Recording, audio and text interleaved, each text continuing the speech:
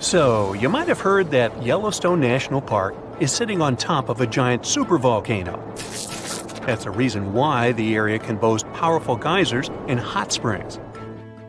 But it also means that underneath Yellowstone, there is an enormous magma chamber. In 2015, researchers from the University of Utah found out that this chamber was much bigger than everyone had previously thought. They even found one more reservoir with magma under the top one. Apparently, the more spacious the chambers are, the more magma they contain. Together, the two reservoirs store a glob of magma that could easily fill the Grand Canyon not once, but 11 times. But you know the most worrying thing about the magma chambers? They tend to push against the ground above them. As a result, the land in Yellowstone rises about 1 to 2 inches a year. On top of that, Yellowstone has the status of an active volcano, and its volcanic explosivity index, yes, there is one, is 8 out of 8. Such a high number means that if this volcano erupted, it would be an apocalyptic event. To put it into perspective, the eruption of Pinatubo in the Philippines in 1991, which is considered the most powerful in living memory, was given a mere 6 on the volcanic explosivity index. Ha! Loser. Now, let's figure out if there's anything to worry about. In March 2023, the University of Utah seismograph stations recorded 354 earthquakes in the entire region of Yellowstone National Park. Sounds like a lot. But keep in mind that the most impressive event of the month was a mini earthquake of magnitude 3.7. It was part of a swarm of 106 earthquakes that began on March 29th and continued until the end of the month. Yep, earthquakes apparently also come in swarms, so be aware. Experts say that Yellowstone's seismic activity is, well, kind of more active than usual, but it's really nothing serious. A geophysicist working at Yellowstone Volcano Observatory called Michael Pollan claims that the volcano won't erupt anytime soon. For this to happen, there must be enough magma ready to erupt beneath the surface. Whew. There should also be enough pressure to cause this magma to rise. But neither of these conditions exist today. According to the expert, Yellowstone is stable now. At the same time, Pollan and his team are keeping track of all kinds of underground activity, looking for warning signs of possible eruptions. Some of them can be the frequency of earthquakes and ground deformation. Thousands of mini earthquakes, coupled with extreme changes in the surface of the ground in that area, can be alarming. The team also monitors the temperature of the park's thermal features. That's another noteworthy sign of a potential disaster. Park-wide changes in geyser activity, as well as gas and thermal emissions. So, despite the media claims that Yellowstone is due to erupt soon because the last eruption happened 70,000 years ago, that's not how volcanoes work. Experts say that it's one of the most popular misconceptions about volcanoes. They don't follow timelines. If a supereruption did happen, though, the most worrying thing for us would not be the lava flows, and not an earthquake that would most likely accompany the natural disaster. No, the worst consequence of such a supereruption would be ash and ashfall. Let's have a look at what it was like when the Yellowstone volcano erupted many years ago. There have been at least 3 supereruptions in the history of the volcano. The most powerful of them was 2,500 times more devastating than the terrifying eruption of Mount St. Helens in Washington state in 1980. As for the most recent supereruption, it was dubbed the Lava Creek eruption. It formed the Yellowstone caldera after spewing out an insane amount of dust, volcanic ash, and rock into the air. Recently, scientists have also learned about 2 other previously unknown supereruptions that happened around 9 and 8.7 million years ago. The younger of the 2 is now considered to be the largest recorded event of the whole Snake River Yellowstone volcanic province. Anyway, let's have a look at what was going on all those millions of years ago. Because I wasn't around then, so we're all assuming this stuff based on evidence. The first signs of the disaster appeared long before the catastrophe broke out. For thousands of years, the heat had been welling up from within the planet's insides. It had been melting rock beneath the planet's crust and leaving behind huge chambers. They were filled with a pressurized mixture of semi-solid rock, magma, water vapor, and different gases, including carbon dioxide. All this scorching underground soup was expanding since more and more magma arrived with time. The land over the volcanic system was rising upward almost unnoticeably. A year before the supereruption, Yellowstone gave a warning, a burp maybe, but that long ago there was no one who could interpret these signals. Plus, those alarming processes were mostly going on underground. For example, decompression releases gas bubbles. While bursting, such bubbles can often power particular kinds of eruptions. Months before the eruption, small-scale earthquakes became more frequent and more intense. The ground in many spots all over the supervolcano got hotter than it used to be. Surface lakes and groundwater also became warmer. If people had been around at that time, they would have noticed unusual steam fogging in that area. Not long before the eruption started, the growing pressure pushed the ground over the magma chamber up. This created a dome-shaped uplift. Narrow cracks started to open along the edges of this dome. Imagine opening a bottle of soda after you've shaken it. Something like that was happening near the volcano. Think Mentos and Diet Coke. The pressure was released through the fractures when gases were bursting out from under the surface. So right before the disaster, the ground around the Yellowstone volcano lifted. Geothermal pools and geysers heated up to boiling temperatures and got more acidic than usual. The magma started to rise toward the surface. At one point, the rock roof of the magma chamber couldn't resist anymore, and the eruption kicked off. Small but constant tremors began to move the ground days before the catastrophe. But the real shaking didn't start until several minutes before the eruption. With a deafening roar, a massive column of lava and ash hurled up into the air. Within several minutes, a pyroclastic flow rushed across the area at a hurricane-force speed. Such a flow is a liquid mixture of half-solid lava pieces, volcanic ash, and hot, expanding gases. It looked like an extremely hot, toxic snow avalanche. With a temperature of about 1,300 degrees, it was burning everything in its path. The volcano kept pumping ash for days on end. For all living creatures, ash fallout was one of the most dangerous consequences of the eruption. Volcanic ash turns into glassy cement within seconds of being inhaled. Most animals didn't have a chance to survive. Even thick trees started to collapse under the weight of this dense substance. It only took a couple of days until a thick layer of ash covered huge territories. After the ash got into the stratosphere, the temperatures all over the world started to drop. The eruption was rich in sulfur, which is an effective sunblocker. That's why it soon got so cold that there was no summer in the whole world for the next several years. Animals couldn't find food and clean water.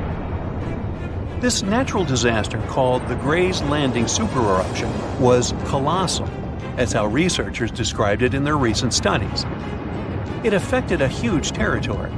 The streams of lava enameled an area as large as New Jersey in scorching hot volcanic glass.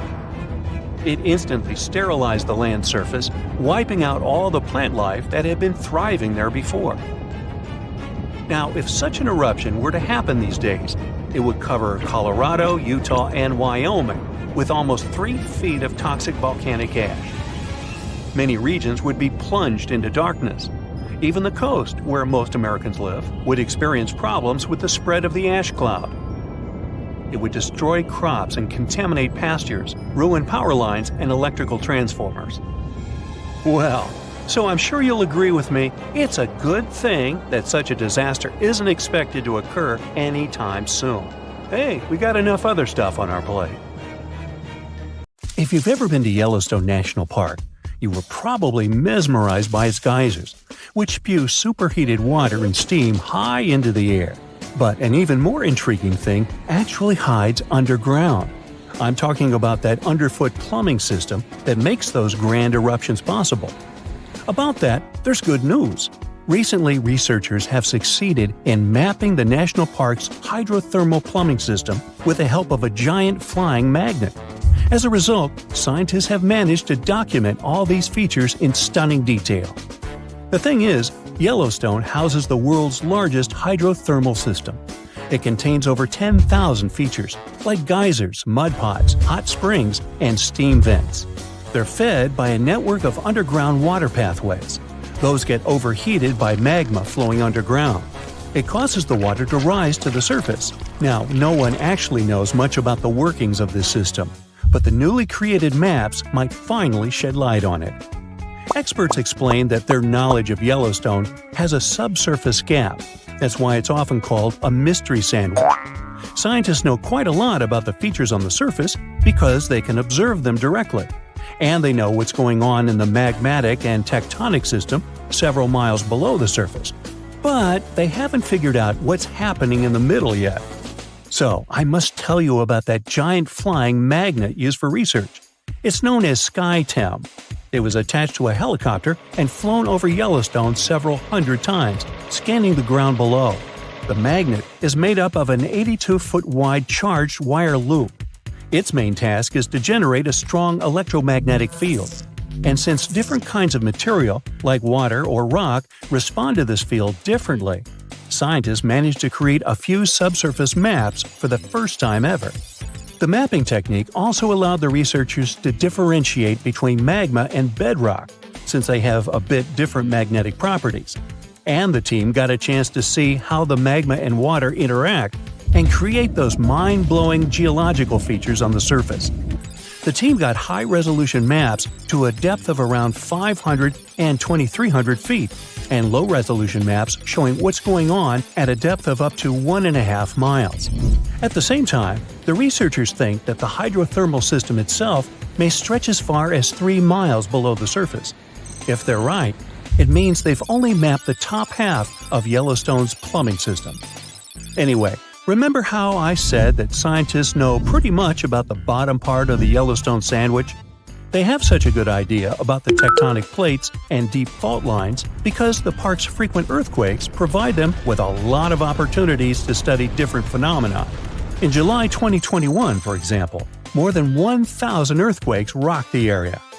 These days, the team of researchers knows much more about some famous features, like the Old Faithful Geyser or the Grand Prismatic Spring. They've also found out that individual hydrothermal features on the surface can actually be connected to others, which can be as far as 6 miles away from them. Another interesting discovery is that even though Yellowstone geysers and hot springs vary in size, shape, color, volatility, and chemical composition, they are mostly fed by very similar underground sources. That means that the difference between the features appears closer to the surface. Now, I'm sure you've seen the iconic image of Yellowstone with a large rainbow-colored spring, fiery orange at its edges. So what makes these hot springs so colorful? Surprisingly, these awesome hues come from microscopic creatures. The temperatures in the springs are so high they can easily and quickly cook you. Plus, the water there is super acidic, like the liquid in a car battery.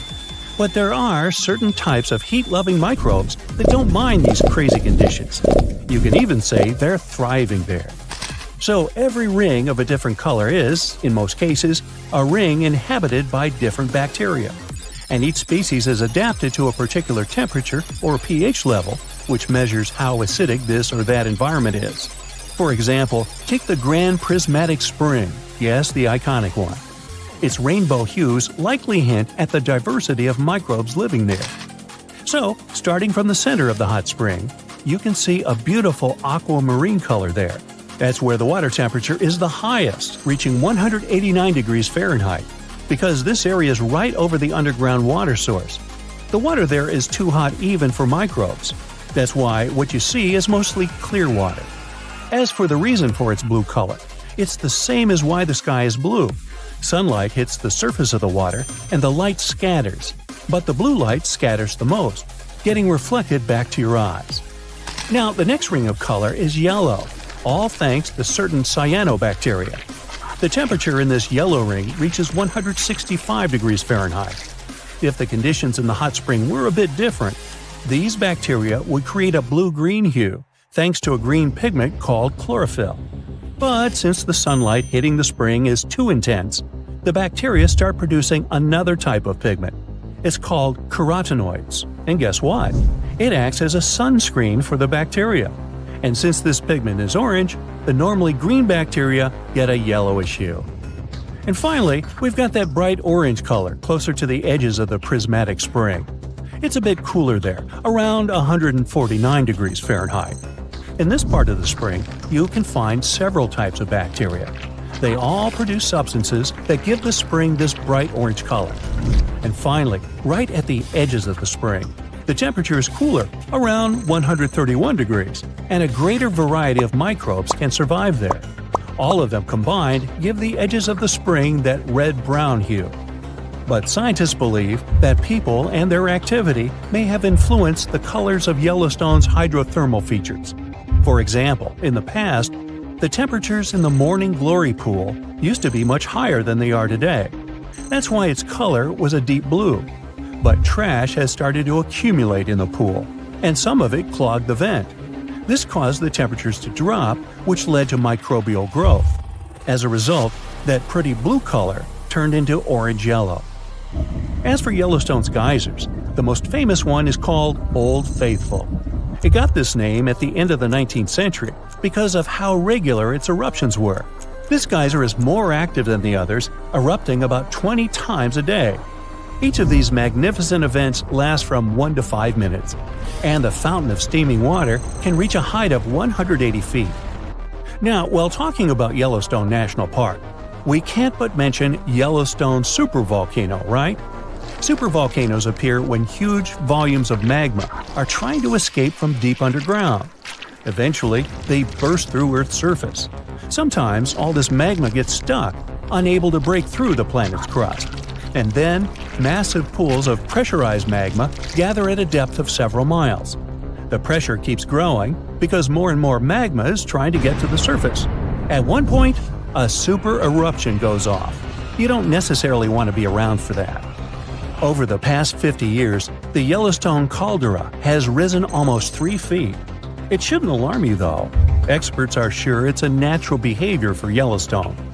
Periods of dome-shaped uplift are followed by the caldera lowering. Scientists think the supervolcano doesn't present any danger at the moment. For an eruption to happen, the magma inside has to be at least 50% molten. With Yellowstone, this number is just 5 to 15%. Even better, a recent study made the researchers believe the hotspot might be in a state of decline right now, even despite all the breathing and dome-raising activity. There have been at least 3 other super eruptions in the history of Yellowstone volcano. They happened 2.1 million, 1.3 million, and 640,000 years ago, long before video. The most recent super eruption was dubbed the Lava Creek eruption.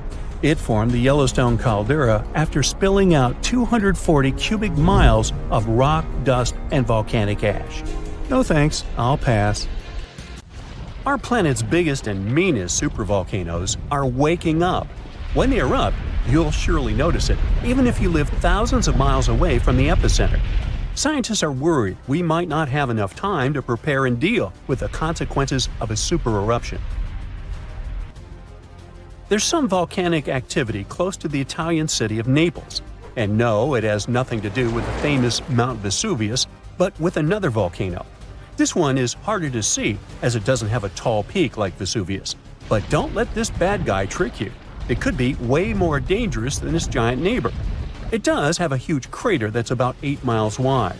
This volcano is called Campiflagre, and it's actually one of the largest volcanoes in Europe, sitting under the town of Pasquale.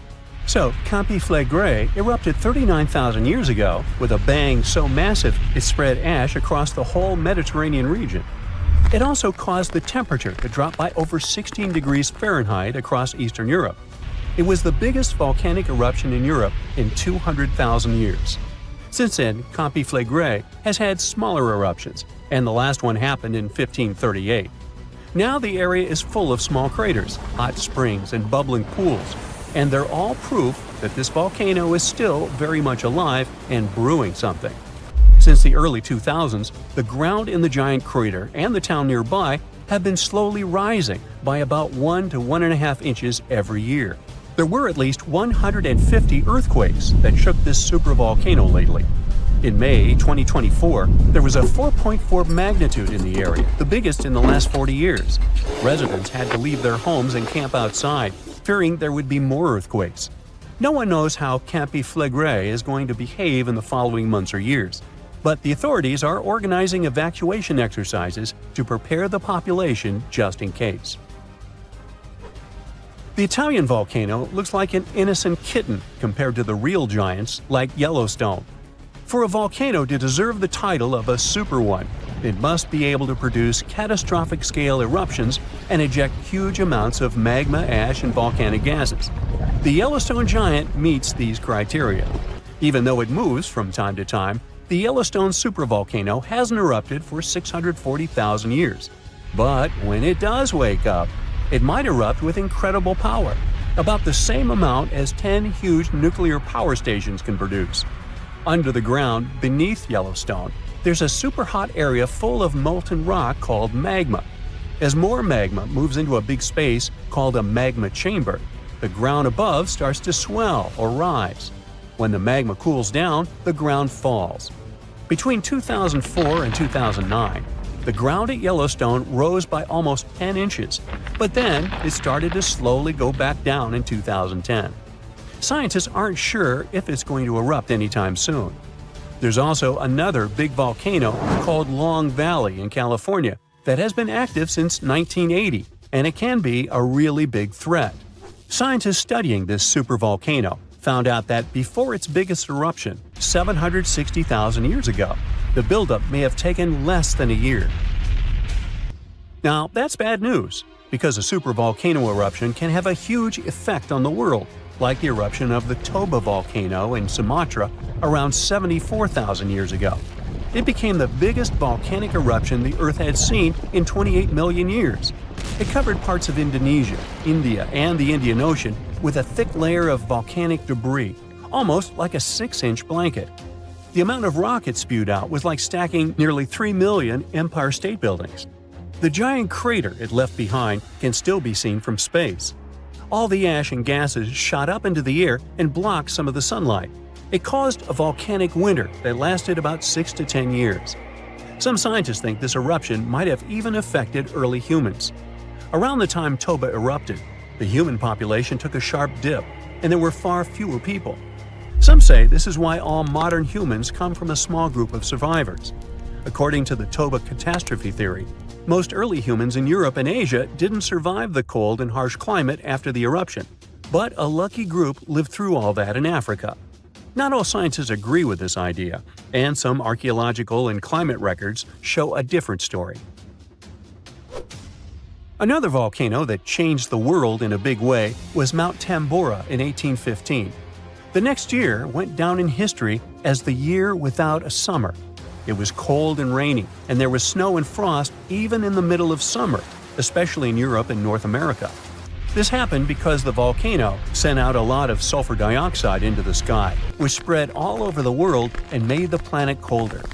When Tambora erupted, it caused huge tsunamis that smashed homes and took the lives of around 10,000 people.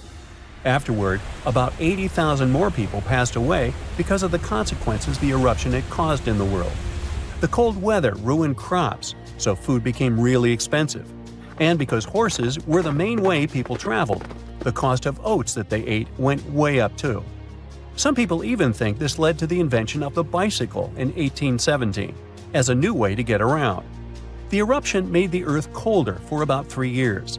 Now, even though the Tambora eruption was so powerful, Krakatoa, another volcano in Indonesia, stole the show when it erupted in 1883. It was just easier to spread information about it through telegrams and photos. Its final blast was the loudest recorded sound in history, and people could hear it on 10% of the entire Earth's surface. The eruption started a tsunami, with waves about half as tall as the Statue of Liberty. Now, if we only had 12 months to prepare for a supervolcano eruption, it would be really hard to store enough food and get ready. But don't panic just yet. Supervolcano eruptions are very rare, and the last one happened 26,500 years ago in New Zealand. Scientists think that a super eruption happens once every 100,000 years on average. But the sad part here is that the Earth doesn't follow a perfect timeline. There could be clusters of super eruptions with shorter gaps between them and then longer quiet periods. Since there have already been 2 super eruptions in the last 100,000 years, there's always a chance one could happen again sooner than we expect. Plus, although there are places like Yellowstone and Long Valley where we expect volcanoes to erupt, there are less obvious possible hotspots. In Chile, there's a volcano called Laguna del Maule that has erupted in the past and left behind a huge crater. Over the last 20 years, the ground there has been swelling really fast, rising up to almost 1 foot a year. Some people are worried that this could be a sign of a big eruption coming. But scientists say there's not enough magma yet to cause a super eruption. In Bolivia, the Jutarancu volcano is also acting up. It's part of a group of volcanoes that have caused super eruptions in the past. Since the 1960s, the ground around Jutarancu has been lifting, but the last eruption was 250,000 years ago. Even though the magma might be rising, it's not enough to worry about just yet. The chances of a super eruption happening during our lifetime are 1 in 1,400, which is pretty low, so you don't need to worry too much. But just like someone wins the lottery every week with very small chances, a super eruption could happen sometime in the future, and when it does, we'll need to be prepared. At the end of December 2021, an underwater volcano with a rather exotic name, Hunga Tonga, woke up after several years of sleeping. It did that with so much energy and strength that people heard the eruption from over 100 miles away. Then it went back to sleep. But a couple of weeks later, it woke up again with a force 7 times greater than the first time. It broke the island above it in 2 parts. The lightning storm that started because of the eruption was the most intense in recorded history. The sound waves from the eruption traveled around the planet several times. Someone even heard a loud boom from it in Alaska. And it started the first known mega tsunami since ancient times.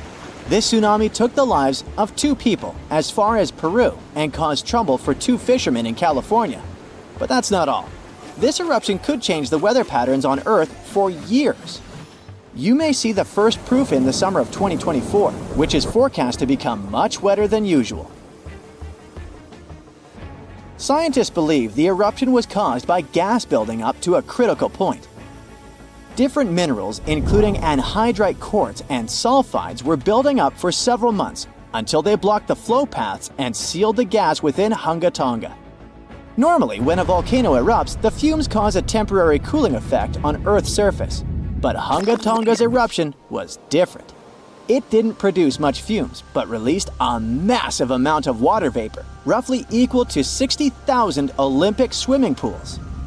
The intense heat of the eruption turned huge amounts of seawater into steam, which then blasted high into the atmosphere.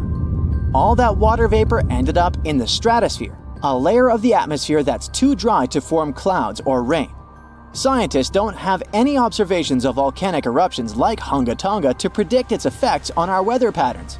They can't tell exactly how long these effects might last either.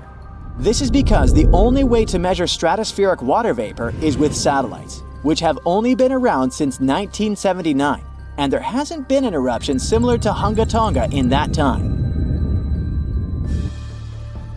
Experts from different countries started analyzing satellite data right after the Hunga Tonga eruption.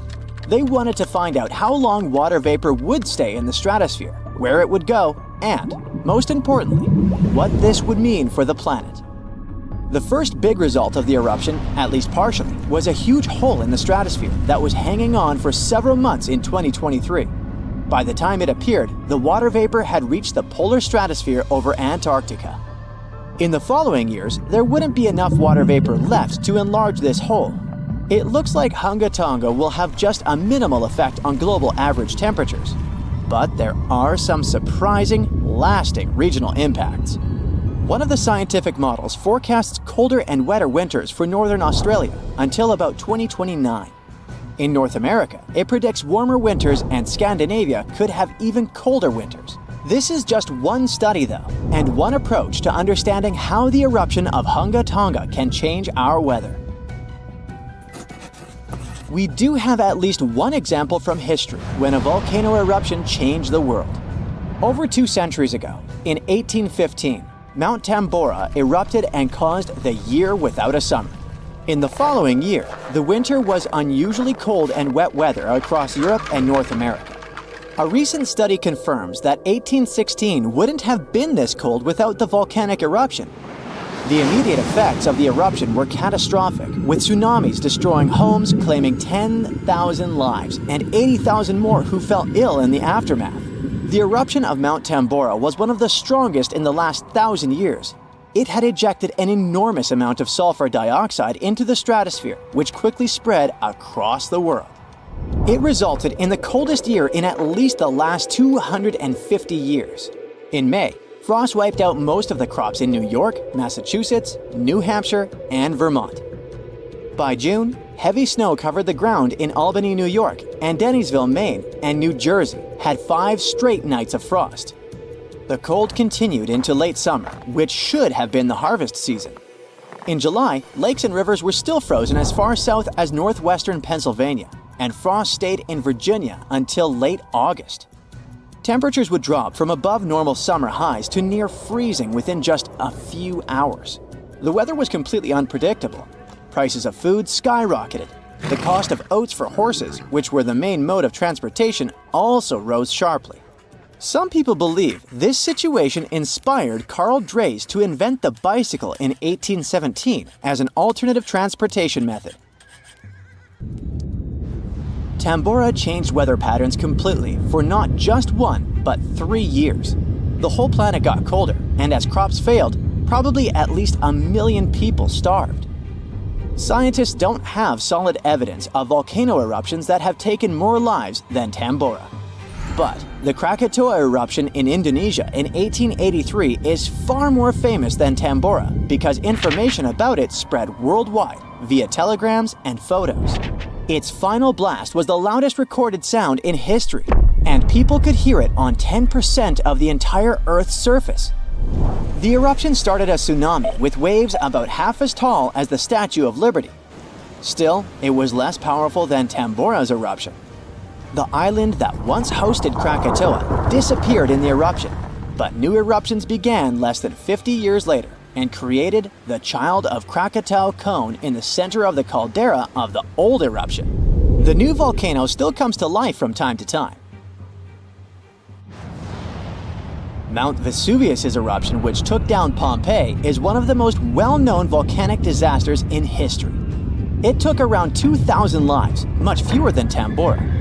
According to a famous Roman author of that time, the eruption lasted 18 hours. Pompeii was covered by a layer of ash and pumice that was thicker than twice an average human height. The nearby coastline also changed dramatically. In today's world, the after effects of volcanic eruptions are often more dangerous than the eruption themselves. Thanks to advances in technology, we can now predict volcanic eruptions more accurately and use safety measures like evacuations and flight cancellations. But there's still a lot of risk that changes in weather patterns and drought all over the world, especially in areas like India, East Asia, and East Africa that are affected by monsoons. Volcano eruptions can also have effects you wouldn't probably expect, like the evolution of dinosaurs. These guys were once the size of cats, waiting for their time to shine. It came around 230 million years ago. This time is known as the Carnian pluvial episode. Before it, Pangaea was a dry and arid supercontinent. But then, there were 4 major volcanic events that pumped huge amounts of carbon dioxide into the atmosphere. Global temperatures and humidity spiked because of it. These massive eruptions most likely happened because of the Wrangellia Large Igneous Province eruption in what is now British Columbia and Alaska. This prolonged volcanic activity created the right conditions for dinosaurs to blossom and diversify, and also for the rise of other groups, like modern conifers, ferns, crocodiles, turtles, insects, and early mammals. With higher temperatures and more rainfall, terrestrial plants have evolved, and humidity-loving ones have become dominant. Without those changes in the world, we could have a completely different natural history. There's some solid proof that volcanic activity has really changed the weather patterns back then. Scientists have found layers in the Earth's core that show different types of carbon. It means there were 4 massive releases of carbon dioxide into the atmosphere.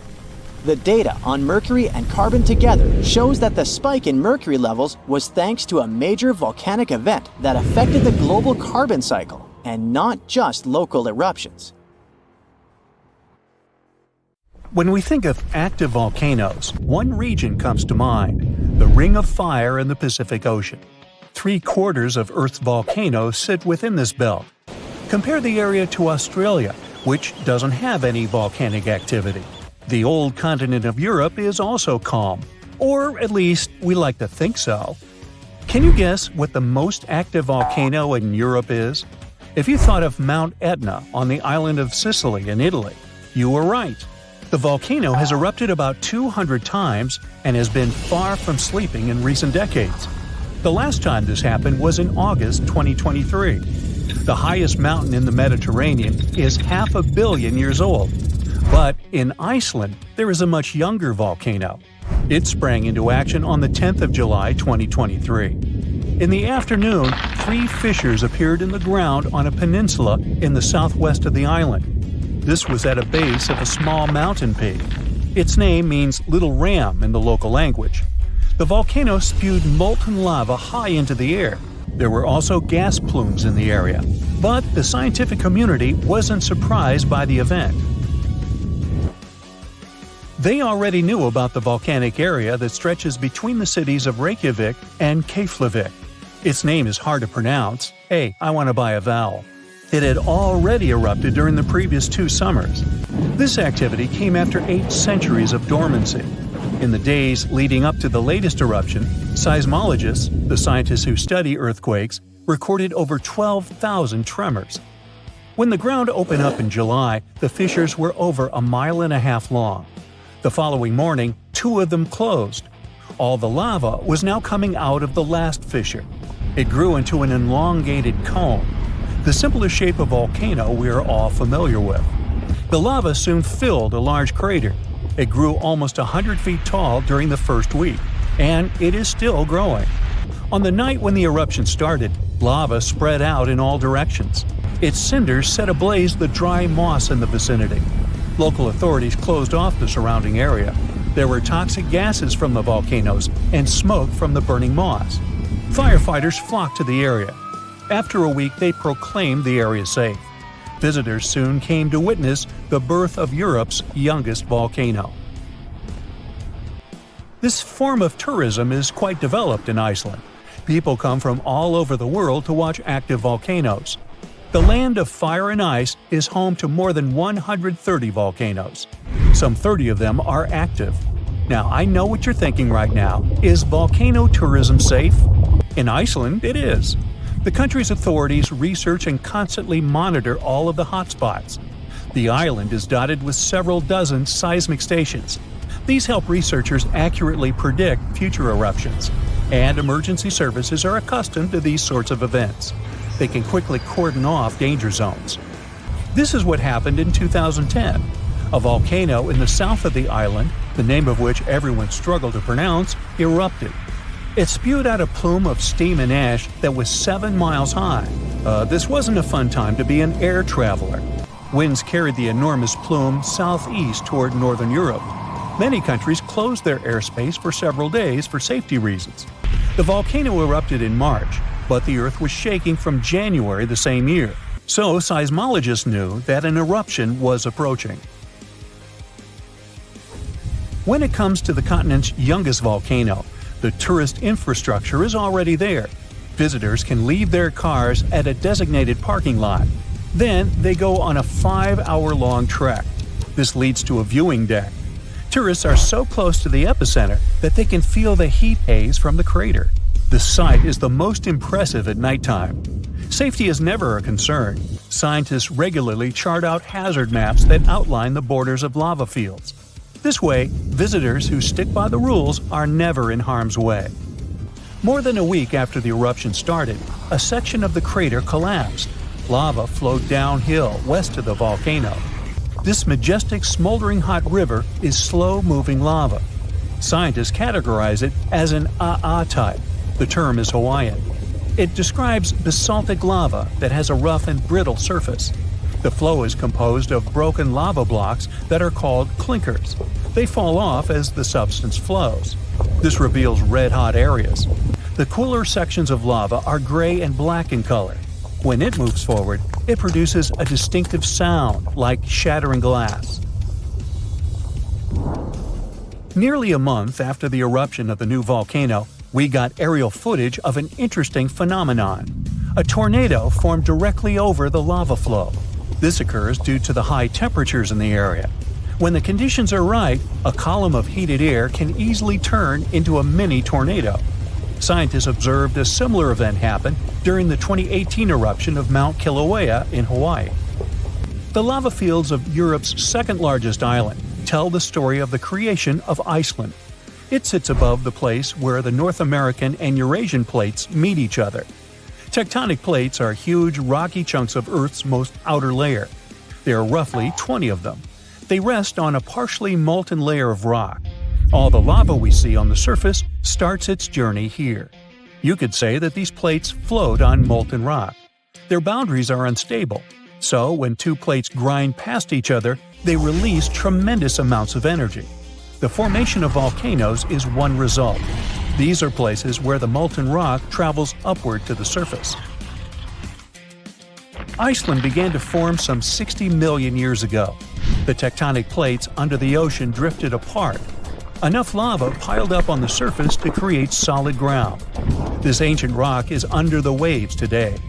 As new lava reaches the surface and cools down, it pushes the old rock away from the center of the island. That's why the oldest parts of Iceland aren't 60, but only 16 million years old. The country's active lava fields are young in geological terms. Some of them are under 1,000 years old. Scientists consider the island a hot spot for volcanoes, pun intended. Nearly a third of the basaltic lava that reaches the Earth's surface in recorded history came from Icelandic eruptions. Fissure swarms, like the ones before the 2023 eruption, cover 30% of the Nordic country. For this reason, only a quarter of the island is inhabited. Norse Vikings were the first people to settle in Iceland at the beginning of the 10th century. Nature threw them a loud welcoming party. Just a few years after their arrival, they witnessed one of the greatest volcanic eruptions in history. Vikings came from a region without volcanoes, so they had no clue as to what was going on. Today, Icelanders are used to such events. This is good because their homeland is entering a new era of volcanic activity. Volcanologists suspect that recent events are an introduction to decades of more frequent eruptions. The peninsula that is home to Earth's youngest volcano is just 17 miles southwest of Iceland's capital city. It's been dormant for a long time. Present-day eruptions there are a reminder that the natural processes that created Iceland are still ongoing. Recently, scientists discovered that there's a historical link between volcanic eruptions in the north of Europe and glaciers. Our planet went through at least 5 major ice ages. These were exceptionally lengthy periods when the average temperature on Earth dropped. The result was the expansion of ice sheets across northern Europe and North America. The last ice age ended some 10,000 years ago. Researchers are still trying to fully understand how these glacial periods affected volcanic activity. They suspect that the sheer weight of all that ice disrupts the flow of magma underground. When glaciers retreat, the pressure is lifted. This makes it easier for lava to flow upward to the surface where it bursts.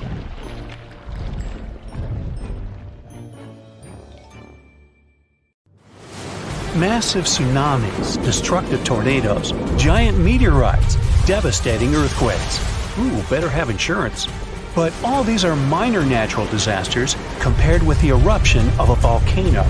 Some volcanoes can destroy a city, as it was with Pompeii, or some islands in the Pacific Ocean. But there's a dangerous type of eruption that can destroy all life on the planet. This type is called flood basalt. But first of all, let's figure out what a volcano is. Rivers of hot liquid metals and incandescent rocks flow deep inside our planet. And the deeper it gets, the hotter they are. The source of this hot mass is the mantle, which is the middle layer of Earth, located between the core and the crust. These fiery streams are called magma, and it flows everywhere. But we don't feel its heat because of the thick layer of our planet's crust.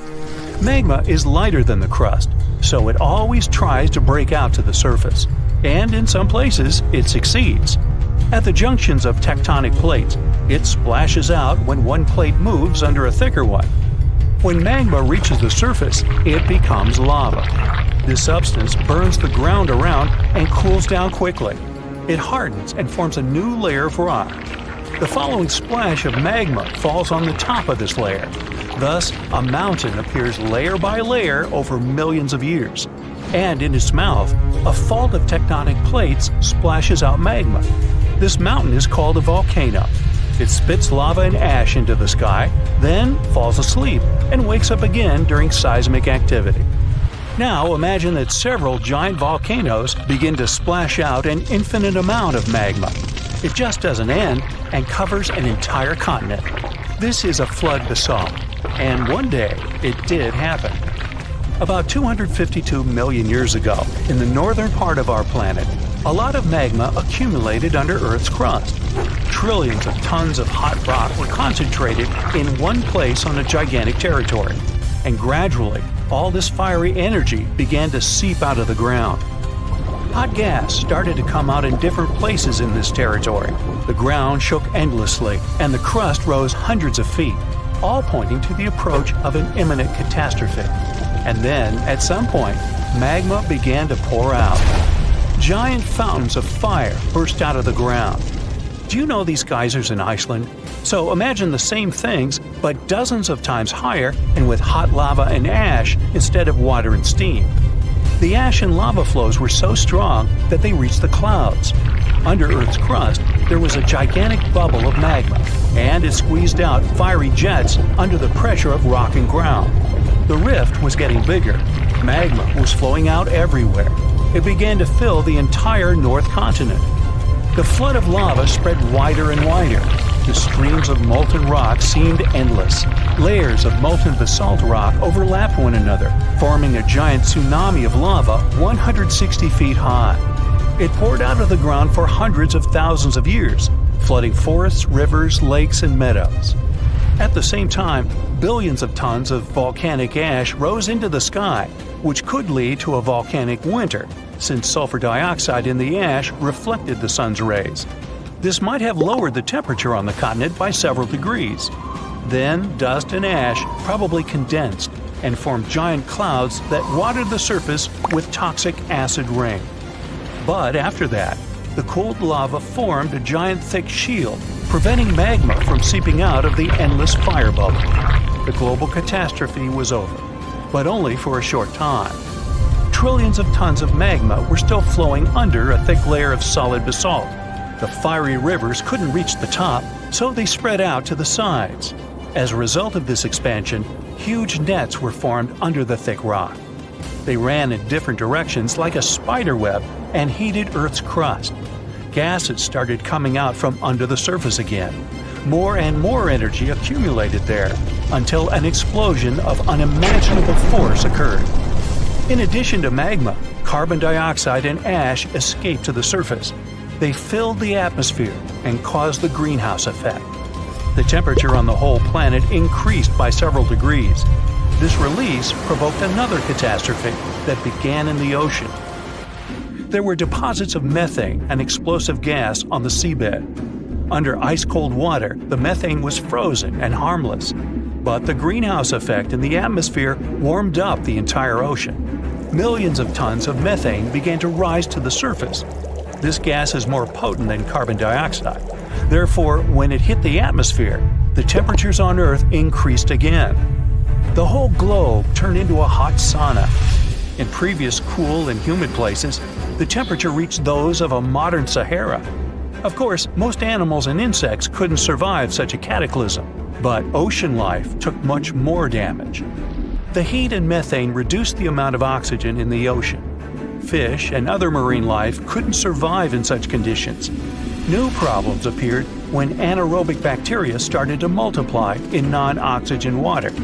They fed on methane and carbon dioxide and released hydrogen sulfide, a toxic substance that poisoned water even more. About 75% of land animals and 95% of the ocean's inhabitants went extinct. This flood basalt eruption was the only disaster in the planet's history that destroyed almost all plants and significantly reduced the insect population. Several species of the hardiest animals managed to survive in these conditions. The planet took about 10 million years to recover completely. After that, evolution began a new process of developing life. And here are two pieces of news. The bad one is that flood basalt will happen again and will be no less devastating than 252 million years ago. The good news is that it will happen in hundreds of millions of years. But when that happens, humanity will need to be prepared. It will start on the ocean floor. First, lava fountains miles high will begin boiling the water and emit sulfur dioxide into the atmosphere, where it will reflect sunlight. Along with ash and magma, a massive amount of water vapor will rise into the air. Livestock won't survive, and people will have breathing problems. Acid rain and increased humidity caused by the evaporation of the oceans will lead to the corrosion of buildings. All flights will be canceled. People will have to wear gas masks. Many animals won't be able to handle this eruption, but humans will adapt quickly. But then another and another eruption will follow, and this endless catastrophe will soon deplete the resources of humanity. Plants and trees won't recover so fast, and oxygen production will be significantly reduced. Let's hope that humanity will have colonized other planets, including those outside the solar system by that time. And now, let's jump back to the present. About 70% of the seismic activity associated with volcanoes occurs underwater. So let's see how ordinary volcanoes on the ocean floor work. Water, as well as land, rests on tectonic plates. Therefore, if their structure is broken at the joints, magma seeps through them. But unlike terrestrial volcanoes, lava here doesn't spread in different directions, burning everything it meets. It solidifies under the pressure of cold water. Underwater volcanoes can erupt for a long time with breaks in between. Magma covers the seabed. After another 100 or 1,000 years, a new eruption begins and a new layer of rock forms over the previous one. Over millions of years, layer by layer, magma is rising. And then, one day, a volcano rises out of the water. Magma splashes out of it and increases its height. And now we have a large volcanic island. Then the volcano falls asleep and life appears on the newly formed piece of land. Magma flows from the planet's mantle, filled with various chemical elements. This hot mix saturates the soil with useful substances and thus promotes the growth of plants and trees. Then birds and other animals arrive there, and the volcanic island turns into a paradise. Then humans arrive and pave over paradise to put up a parking lot and a franchise burger joint. Imagine standing in the middle of Europe 40,000 years ago. The landscape is rough, cold, and unforgiving. Fast food is scarce, and there's no internet. Suddenly, from out of the woods steps a figure, stocky, strong, and with a face that is quite unusual. This human looks similar to us, but something about them is different. Their brow is heavy, their nose is broad, and their body seems to be built to fight nature itself. Well, congrats! You've just met a Neanderthal. You might have thought that Neanderthals were basically ancient humans, but that's not really true. We come from the same genus called Homo, but we, all modern humans, belong to one same species called Homo sapiens. However, there used to be lots of human species before, and Homo neanderthalensis was just one of them. And they actually were kind of cooler than us. So what in the world has happened to them? Neanderthals lived for a long time, for about 360,000 years, across Europe and parts of Asia. 40,000 years ago, the place we now call southern Italy was sitting on top of a huge disaster. a massive supervolcano called Completeness. This big boy is huge, about 9 miles wide. That's about 10 to 20 minutes in a car to get across it all. But there were no cars then, remember? At the time, it was quiet for a while, but one day, suddenly, it blew in what became one of the biggest volcanic eruptions Europe had seen in 200,000 years. The catastrophe was so crazy that ash, gases, and debris altered the climate across the entire continent. What comes next is usually called a volcanic winter. Average temperatures drop, the sky gets darker, and life becomes even harsher than it already is. The eruption, known as the Campanian Ingumbrite, caused Europe to cool by as much as 7 degrees Fahrenheit. Doesn't sound like much? Well, the drop of even 1 degree would cause winters to become harsher, causing horrible snowfall, rains, and floods. Crops would struggle to grow, leading to food shortages. The weather would go wild, too, with storms and droughts. Hey, kind of like now. Except multiply this by 7. Events like these caused some huge chaos in modern times. You can imagine what it did to the Neanderthals. But in reality, a simple volcanic eruption shouldn't destroy an entire species, right? Well, yes. The truth is, the Neanderthals were already hanging by a thread back then, and all because of us. They've been in a tough spot for a while. They lived in places that are now parts of Europe, Western Asia, and the Middle East. Modern humans, us Homo sapiens, entered Europe and were giving them some serious competition for food and shelter. Homo sapiens were sneaky dudes, better at finding food, easily adapting to different environments, and using more advanced tools. We were pushing Neanderthals out, trying to get the same resources. We literally made their extinction a slow and very unpleasant process. So, while the volcano definitely made things worse, it wasn't their only problem, and they didn't completely disappear after the eruption. Some of them hung on in isolated places, like Gibraltar, for another 12,000 years. That's because it's likely most of the severe cooling actually happened farther east, away from where the Neanderthals were trying to survive, and it didn't hit their homes as hard as we thought. In fact, the eruption may have even helped them, at least for a while. Some scientists say that the volcanic fallout might have slowed down modern humans' expansion into Neanderthal territory and gave the poor fellas a little more time to survive. So, the Completeness eruption was a nasty event, but it only delayed the inevitable. Completeness is a wild card. It's also known as the Fields of Fire. The air itself there is thick with legend. The Greeks and Romans believed this volcano was the gateway to the underworld. Even an ancient Roman poet, Virgil, mentioned this in his famous story, the Aeneid. The hero Aeneas must descend into the underworld, and this place is exactly where he starts. Back in the day, this landscape was full of Roman villas, spas, and fish ponds. The elite had the time of their lives there.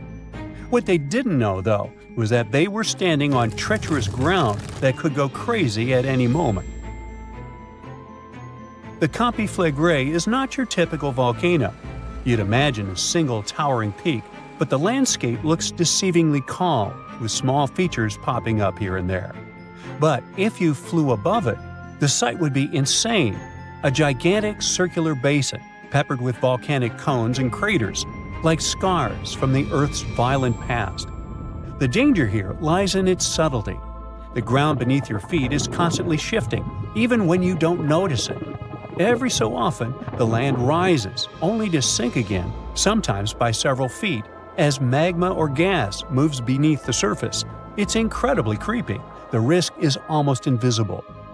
The Completeness is a massive depression formed by 2 colossal volcanic eruptions. One of them was the one that cooked Neanderthals, and another happened 15,000 years ago. The most famous eruption, though, happened in the 16th century, and it was horrifying. The year was 1538. For years, the people of Paswali had noticed something unsettling. Land that once sat below the waves was slowly rising. What was once the sea had become new ground. Rumblings from deep within the earth were terrifying, but had become a normal part of life. Earthquakes started in the early 1530s, small at first, but in just 8 years, they became the norm. Until one day, on September 28th, horrifying tremors shook the ground.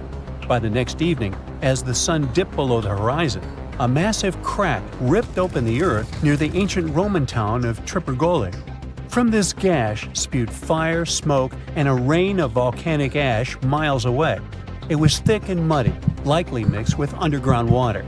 The ground trembled as hot pumice rock was thrown high into the air. And then a new mountain began to rise from the land. This was the birth of what we now call Monte Nuovo. Eventually, things seemed to calm down, as if the earth was catching its breath. For days, things seemed quiet. Locals relaxed a bit. They began to approach the new mysterious volcano, a crater with something that resembled boiling within it.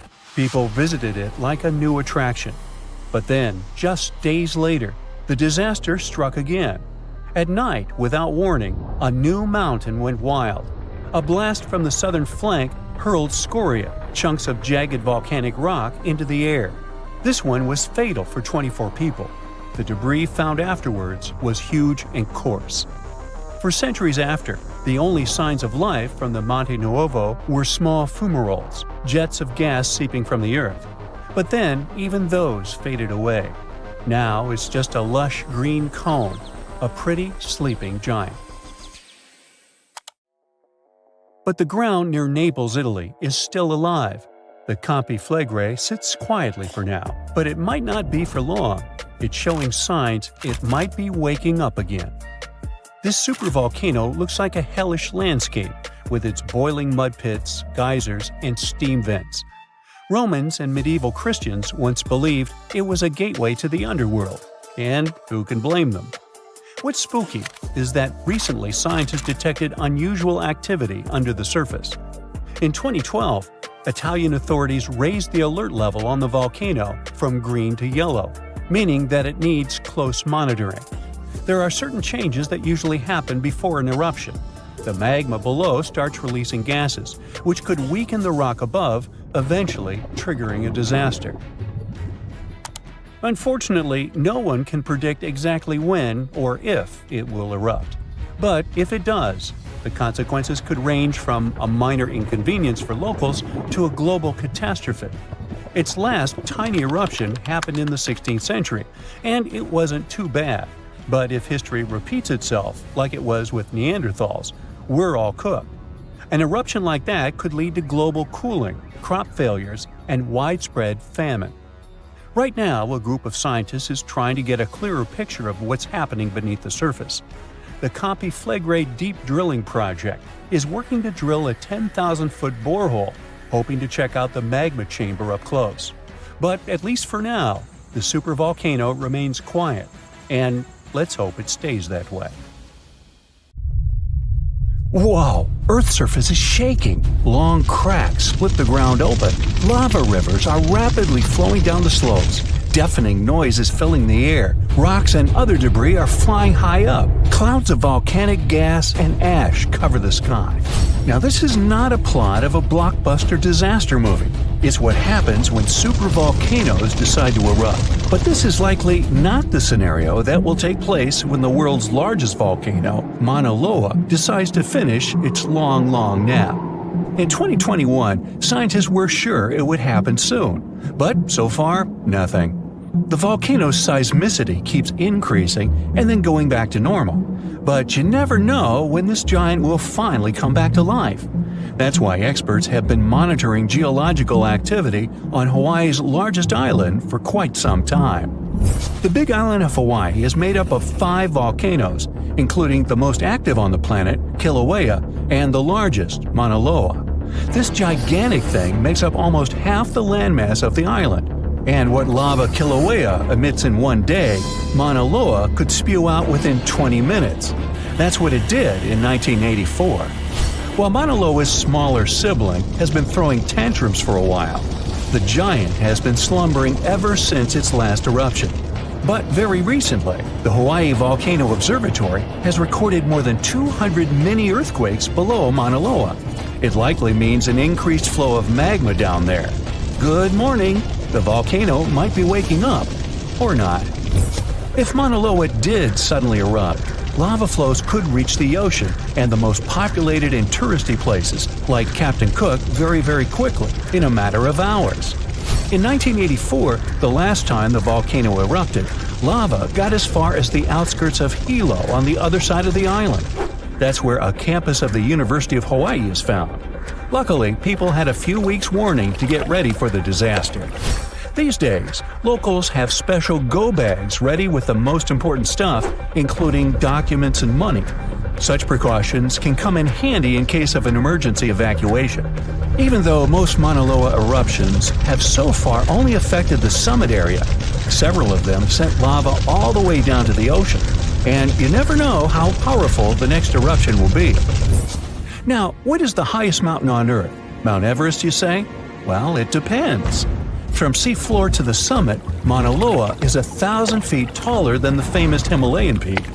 The volcano is so big, it makes the Pacific plate it's sitting on literally slump under its weight.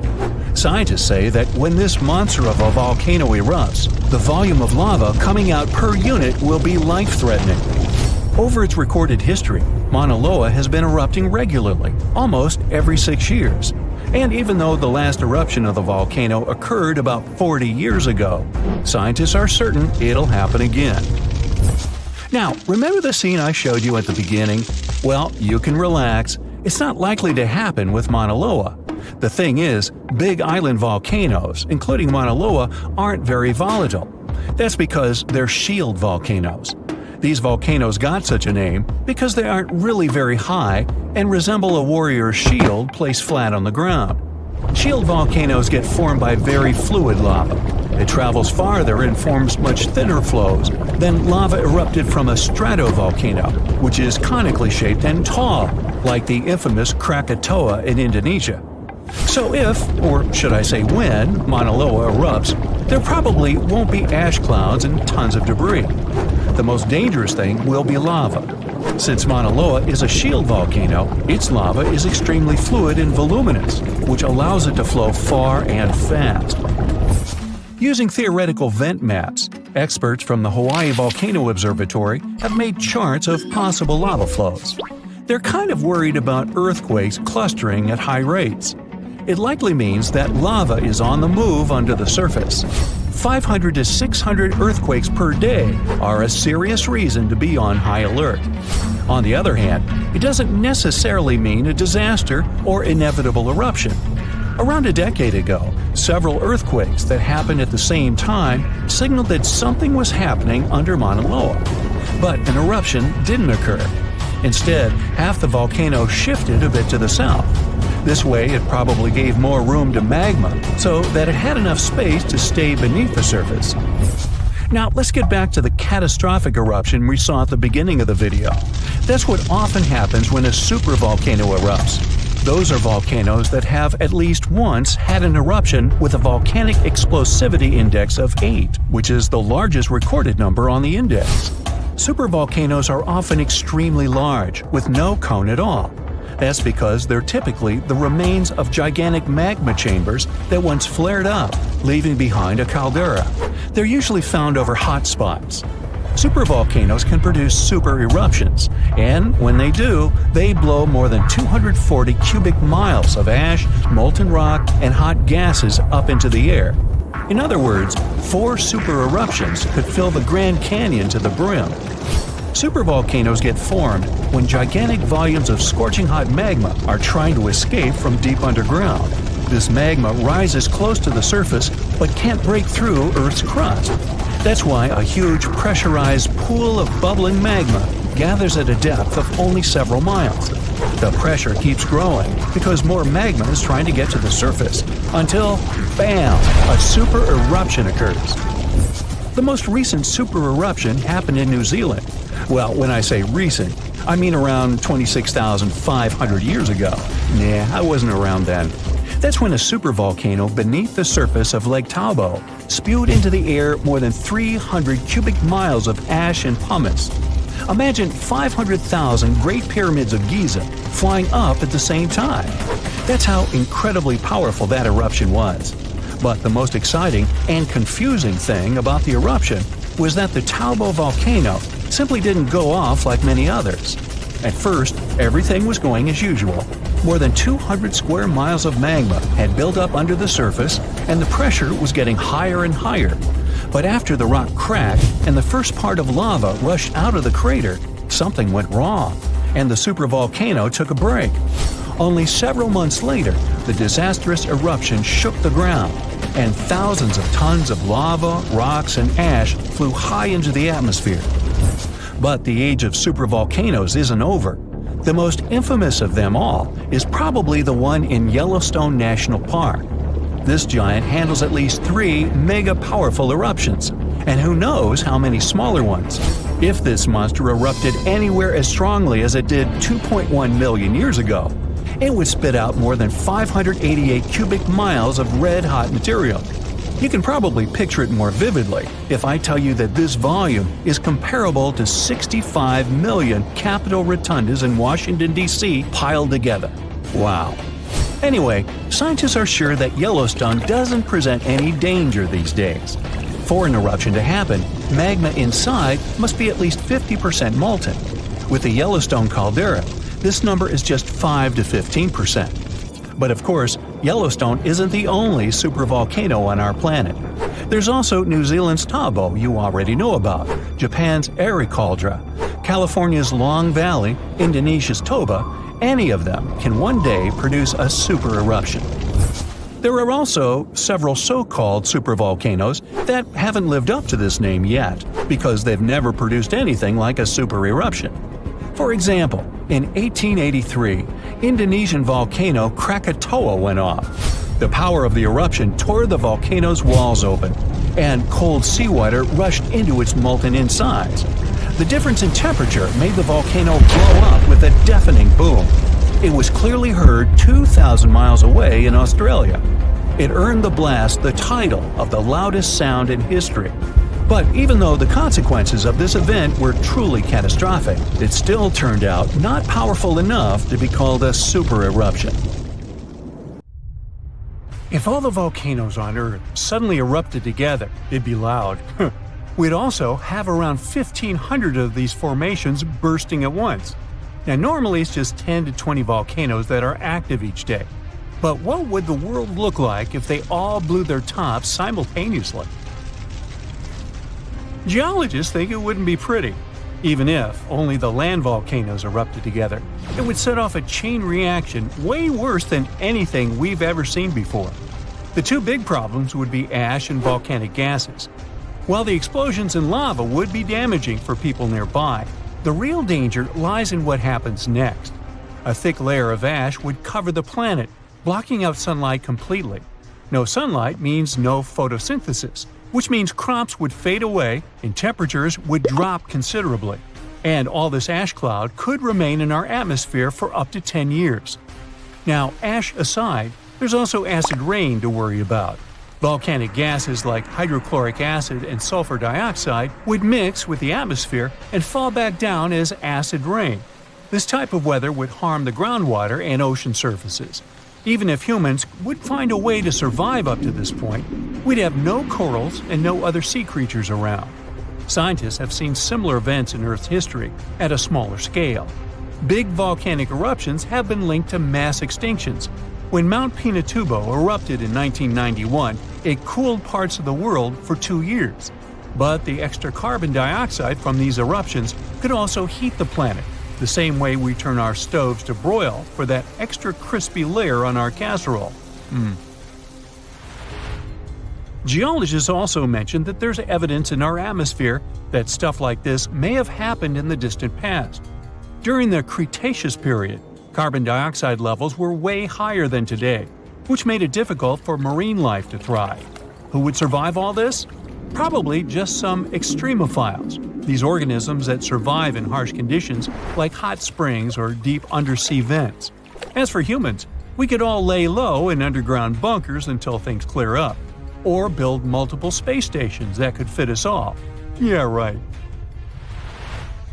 The chances of all volcanoes erupting at once, though, are very slim. Whew! That's because there isn't one giant source supplying all the volcanoes on Earth. Each one of these openings has its own deposit of magma, except for a few cases where they indeed share the supply. For example, in 1912, Nova Rupta in Alaska erupted alongside another volcano sharing magma. Scientists have also found evidence of magma hiding under volcanic areas, like under the Taupau volcanic zone in New Zealand. This magma can spread out horizontally for long distances, but is still just a local feature. Even if we consider all the magma under Taupau as one system, it's not connected to other volcanic areas like Indonesia or the Philippines. Because the great majority are isolated, volcanoes can't sync up to erupt at once. The magma comes from different processes, like mantle decompression or adding water to the mantle through subduction. There's no way to make all these different volcanoes erupt together because of how tectonics work. Now, that doesn't mean we won't see interesting volcano activity in the future.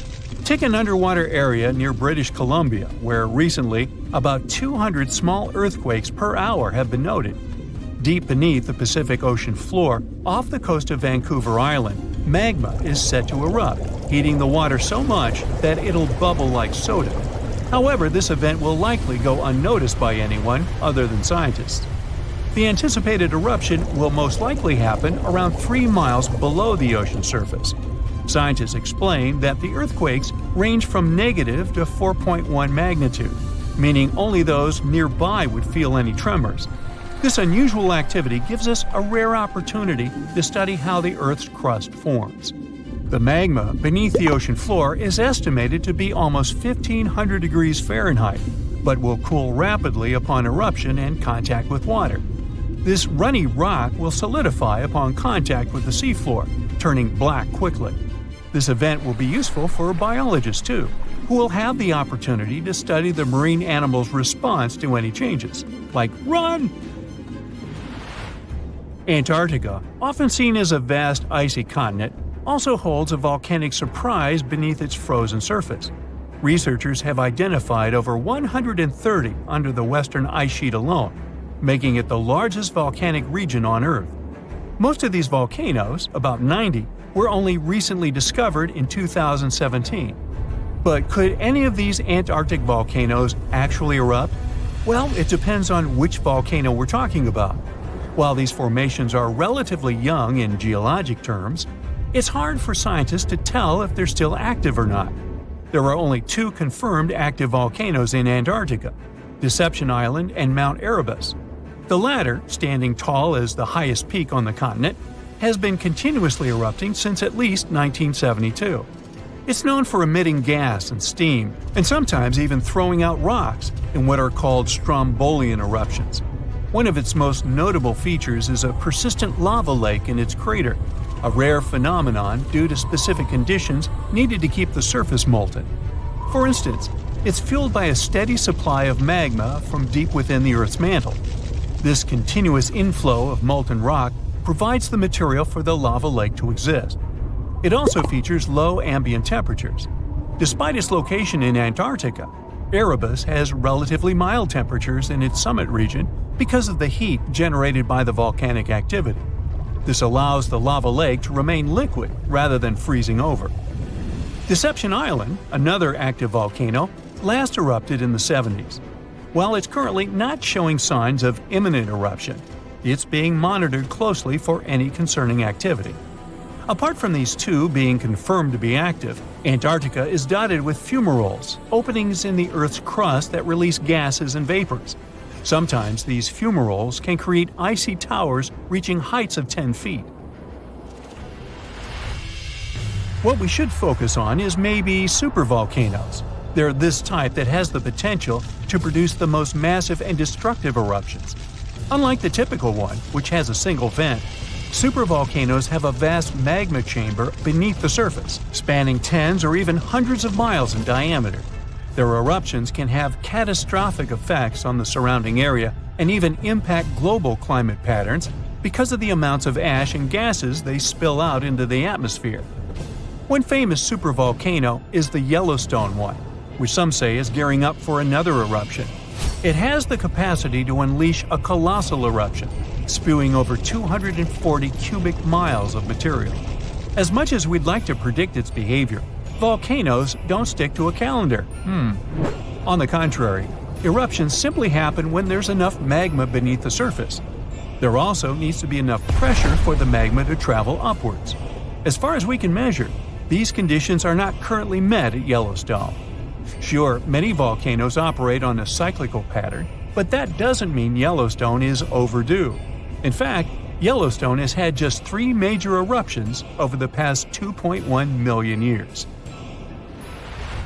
Also, the term supervolcano refers to the formation's size, not necessarily how fussy it is. Yellowstone's monitoring is extensive, tracking seismicity, ground deformation, thermal emissions, gas, water chemistry, and surface changes. Signs of an eruption would include thousands of earthquakes over a short period. We'd also see deformation on the ground and weird gas emissions ahead of time. Stable, as it might look like for now, the consequences of it having a major eruption could look ugly. Ash dispersion could blanket a 500-mile radius, potentially disrupting Midwest agriculture and clogging waterways. Ash and gas emissions into the stratosphere could induce global climatic effects, making our planet colder for several years. And yes, we've seen some research that it shows there's more liquid molten rock under the Yellowstone volcano than scientists believe. But that doesn't translate to imminent danger. The ground shakes beneath you. The pictures rattle on the walls. You hear a rumble off in the distance. Then, boom, a deafening explosion. The shockwave blasts through the windows and sets off car alarms. You duck under the dining table for cover, but then you remember you live not far from a supervolcano in the middle of a tropical jungle. So, staying in one place isn't a good idea. The shaking finally halts. You take this chance to peek outside and see a giant cloud of smoke covering the sky. It's lunchtime, but you wouldn't know it. The sun is completely veiled and darkness falls. The power's out in the whole city. In this darkness, you see red molten lava shooting from the sky and spilling on the rim. You run outside along with dozens of your neighbors. Your priority right now, find safe shelter and fast. You think about taking the car, but with everyone running on the road, that's a no-go. So you run on foot where the crowd is going. Supervolcanoes are in a league of their own when it comes to natural disasters. Surprisingly, it's not all about size or height. A volcano is dubbed super if it erupts more than 240 cubic miles of magma. That's more than enough to overfill Lake Erie. It must also have a history of erupting and a magnitude of 8 on the Volcanic Explosivity Index. The largest active volcano on Earth is Hawaii's Mauna Loa. It's so big, it would cover the entire state of Rhode Island plus some. And next time you see a commercial plane flying high in the sky, remember that 30,000-some-foot altitude is about as tall as Mauna Loa is from base to summit. It's technically taller than Everest when you measure it like that, yet it's not considered a supervolcano. So you're running along the dark road not knowing and barely seeing where to go. Then, all of a sudden, a massive flaming boulder smashes through the bridge in front of you. You and everyone else are now stranded on the side of the volcano as it's getting more chaotic each second. Most of the crowd disperses, finding their own ways to safety. You remember there's a way to the other side not many people know about, but you'll have to cross a raging river through the dense jungle. You calm what's left of the crowd, and everyone follows you to your secret getaway. You finally get out of the city limits and head into the jungle. With the sky already dark, the tall trees and thick leaves make it almost pitch black. Everyone gets out their phone flashlights to navigate through the dark path. You all need to stick together and make sure nobody gets lost. Suddenly, fiery rocks strike the trees not far from you. Everyone jolts and tries to rush ahead, but nowhere is safe when it's raining scalding fire all around. You and your group have to pick up the pace or else. Imagine a typical avalanche or mudslide, very dangerous situations on their own. Now, imagine an avalanche of lava rocks and lava sliding down a mountain instead of mud. That's what's making its way towards you right now. More and more people catch up with your group and bring news that the entire neighborhood is submerged in lava. It's traveling quicker than you thought.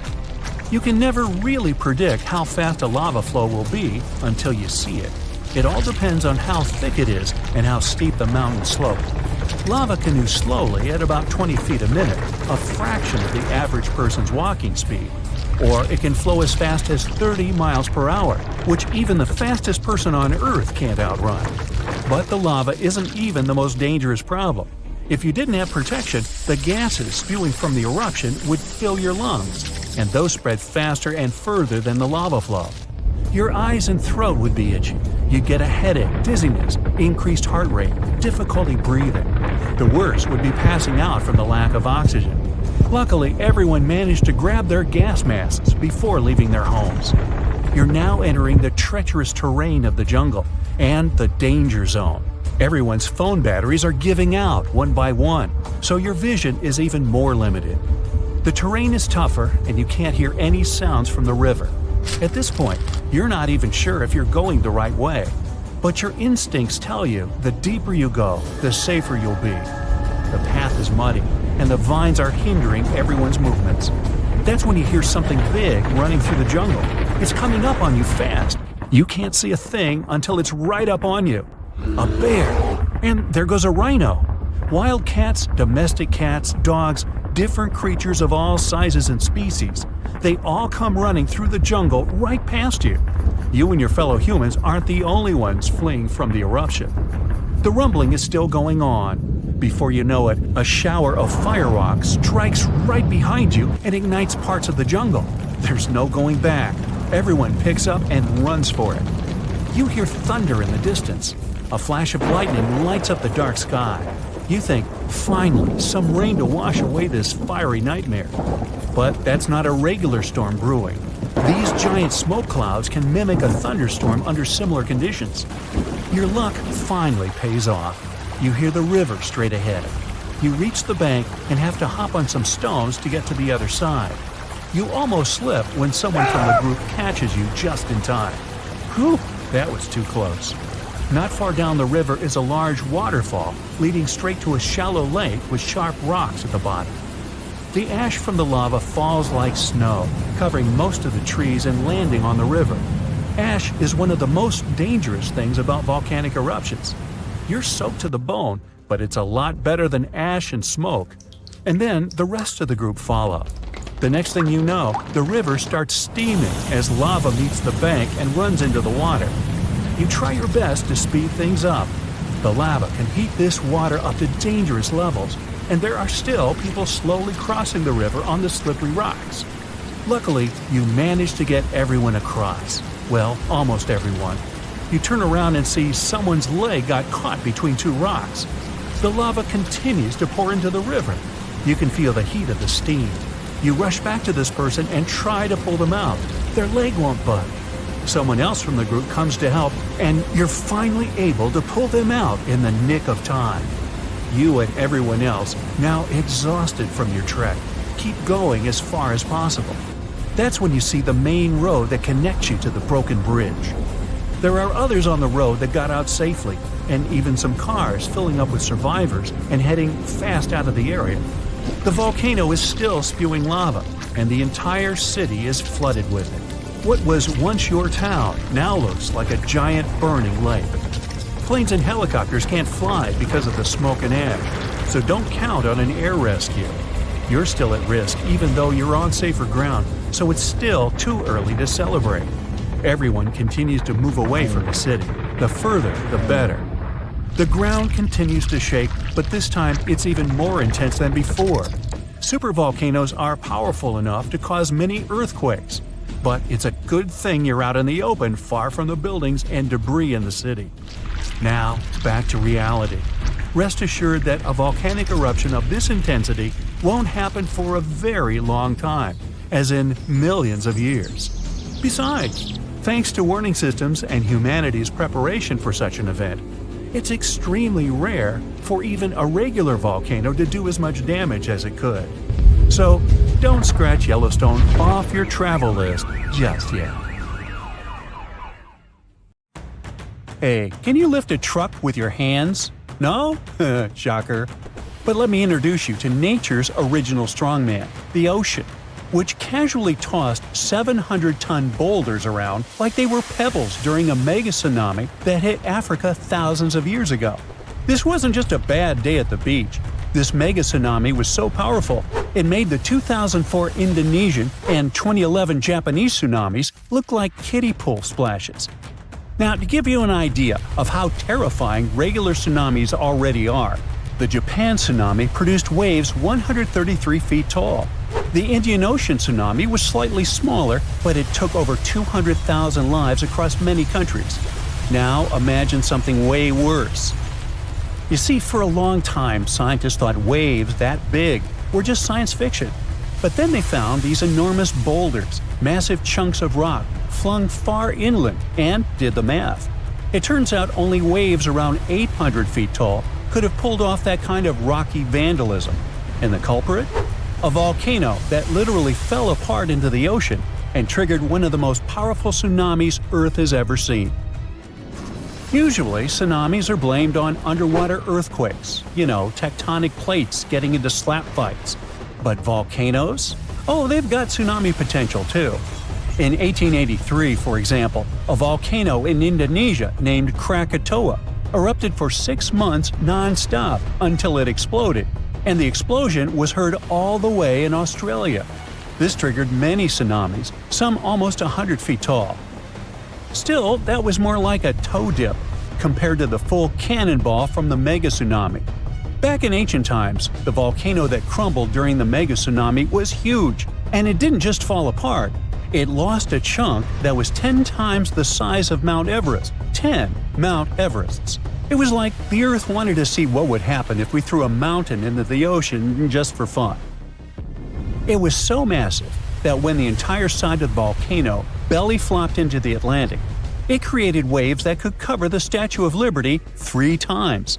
It also destroyed an island more than 30 miles away. The volcano behind this real-life Michael Bay scene was called Fogo, located on, you guessed it, Fogo Island. This island is basically just a whole single volcano that rose from the sea thanks to a magma hotspot, a place in the ocean where a lot of magma escapes and erupts like an underwater volcano. Over time, this magma cooled and stacked up like pancakes until, voila, after 7 major eruptions, the island popped out of the ocean like it was playing peekaboo. Surprise, it's a volcano. But Fogo's dramatic entrance was also a ticking time bomb. You see, the more a volcano grows, the heavier it gets, and if there's not enough magma inside it to support it, the whole thing can just collapse. Sometimes it doesn't take much. A minor earthquake, some erosion, or just a poor foundation made of soft sediment can trigger a collapse. It's like a really tall guy trying to balance over a bunch of marbles. Fogo had all the bad luck ingredients: too tall, too heavy, and built on squishy ground. And it gets worse. As the volcano grows heavier, it starts squishing the magma underneath. That lava can't rise, so it just simmers down there, slowly thickening like soup left on a burner for too long. Gases build up, pressure increases, and eventually, kaboom! It's the volcanic version of eating too many burritos and then trying to hold in a sneeze. This massive pressure and imbalance can trigger what's called a flank collapse, which is science speak for oops, half the volcano just fell into the ocean. That's what happened with Fogo.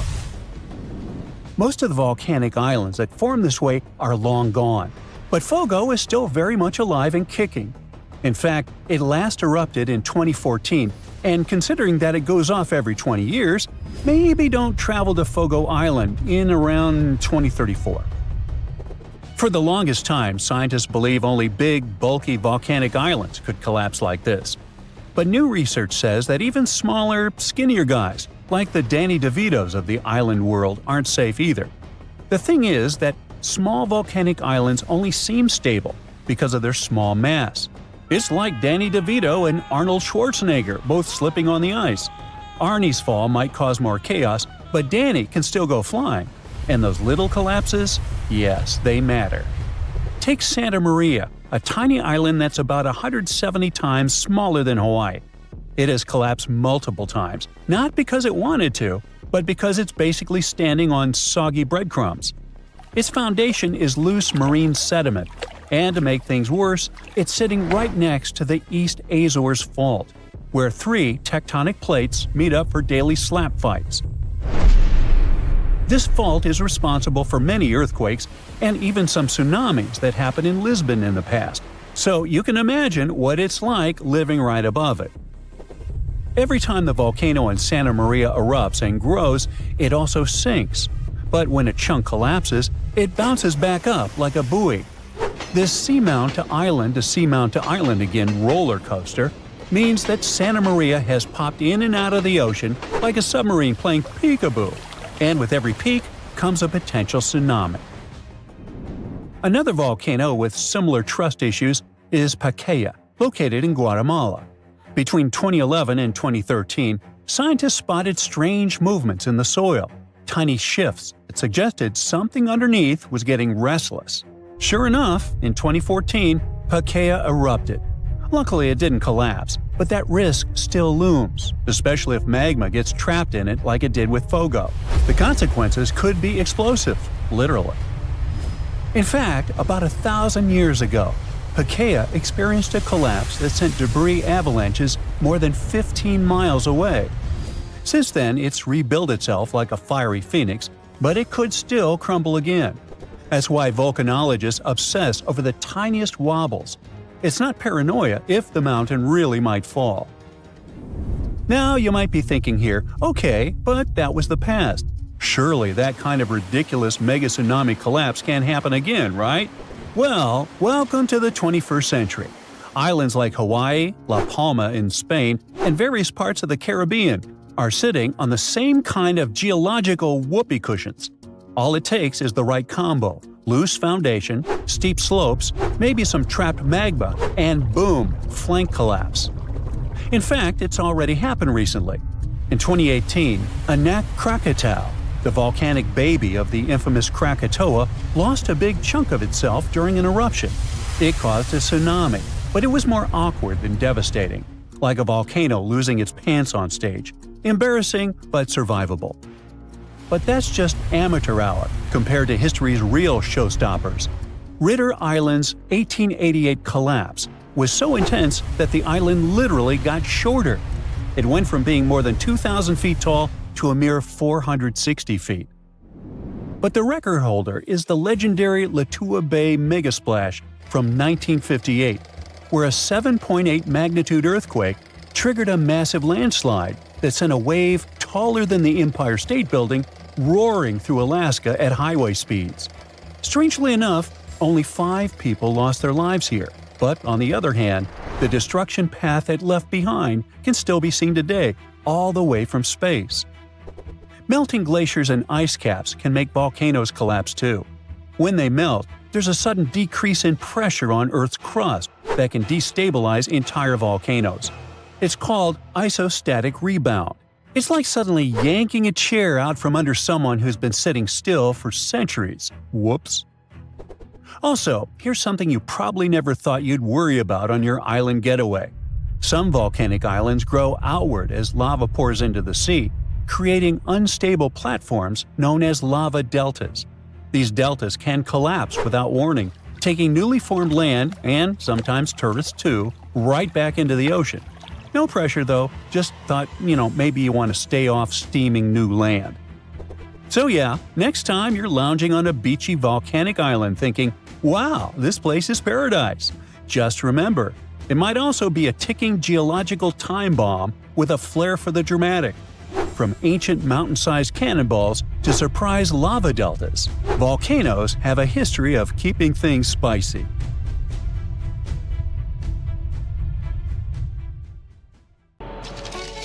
Put on your woolen hats, find the warmest mittens, and go buy the thickest blankets. The next ice age might be just around the corner. And the trigger is much more shocking than anyone might have expected. What's even worse? We have no control over our bitterly cold future. Earth's climate has been on a wild ride for millions of years. It's been warming up, freezing over into ice ages, then heating up again to the more normal temperatures we know today. These cycles, called quaternary ice ages, are part of a much longer pattern of global freezing and thawing. For a long time, scientists thought Earth's orbit around the Sun had something to do with triggering ice ages, but figuring out exactly how was tricky. Well, new research has finally connected the dots. It shows how tiny changes in Earth's tilt, wobble, and orbit mess with the growth and melting of huge ice sheets. This is a pretty big deal because it helps scientists understand not just what happened in the past, but also what might happen to our climate in the future. Even small shifts in how Earth moves through space can have huge effects over thousands of years. These changes control how much sunlight different parts of the planet get, which affects how ice sheets grow and shrink. Earth doesn't orbit the Sun in a perfect circle. It actually follows a slightly oval-shaped path. This phenomenon is called orbital eccentricity. Since the Sun isn't sitting right in the center of this oval, Earth's distance from it changes throughout the year. Plus, the oval itself slowly shifts position in space over time, which is called orbital precession. On top of that, Earth's tilt, aka obliquity, also changes slightly as our planet moves around the Sun. Scientists have known for a while that these orbital quirks impact our planet's climate, causing cycles of warming and cooling. As different parts of Earth's orbit shift, they change how sunlight is distributed across the planet, influencing seasons and ice ages. These Milankovitch cycles happen roughly every 20,000, 40,000, 100,000, and even 400,000 years. The difficult part is to figure out how each of these orbital changes affects climate shifts. Earth's climate is a complicated system, with tons of factors influencing it at the same time. Modeling all these processes is no easy task.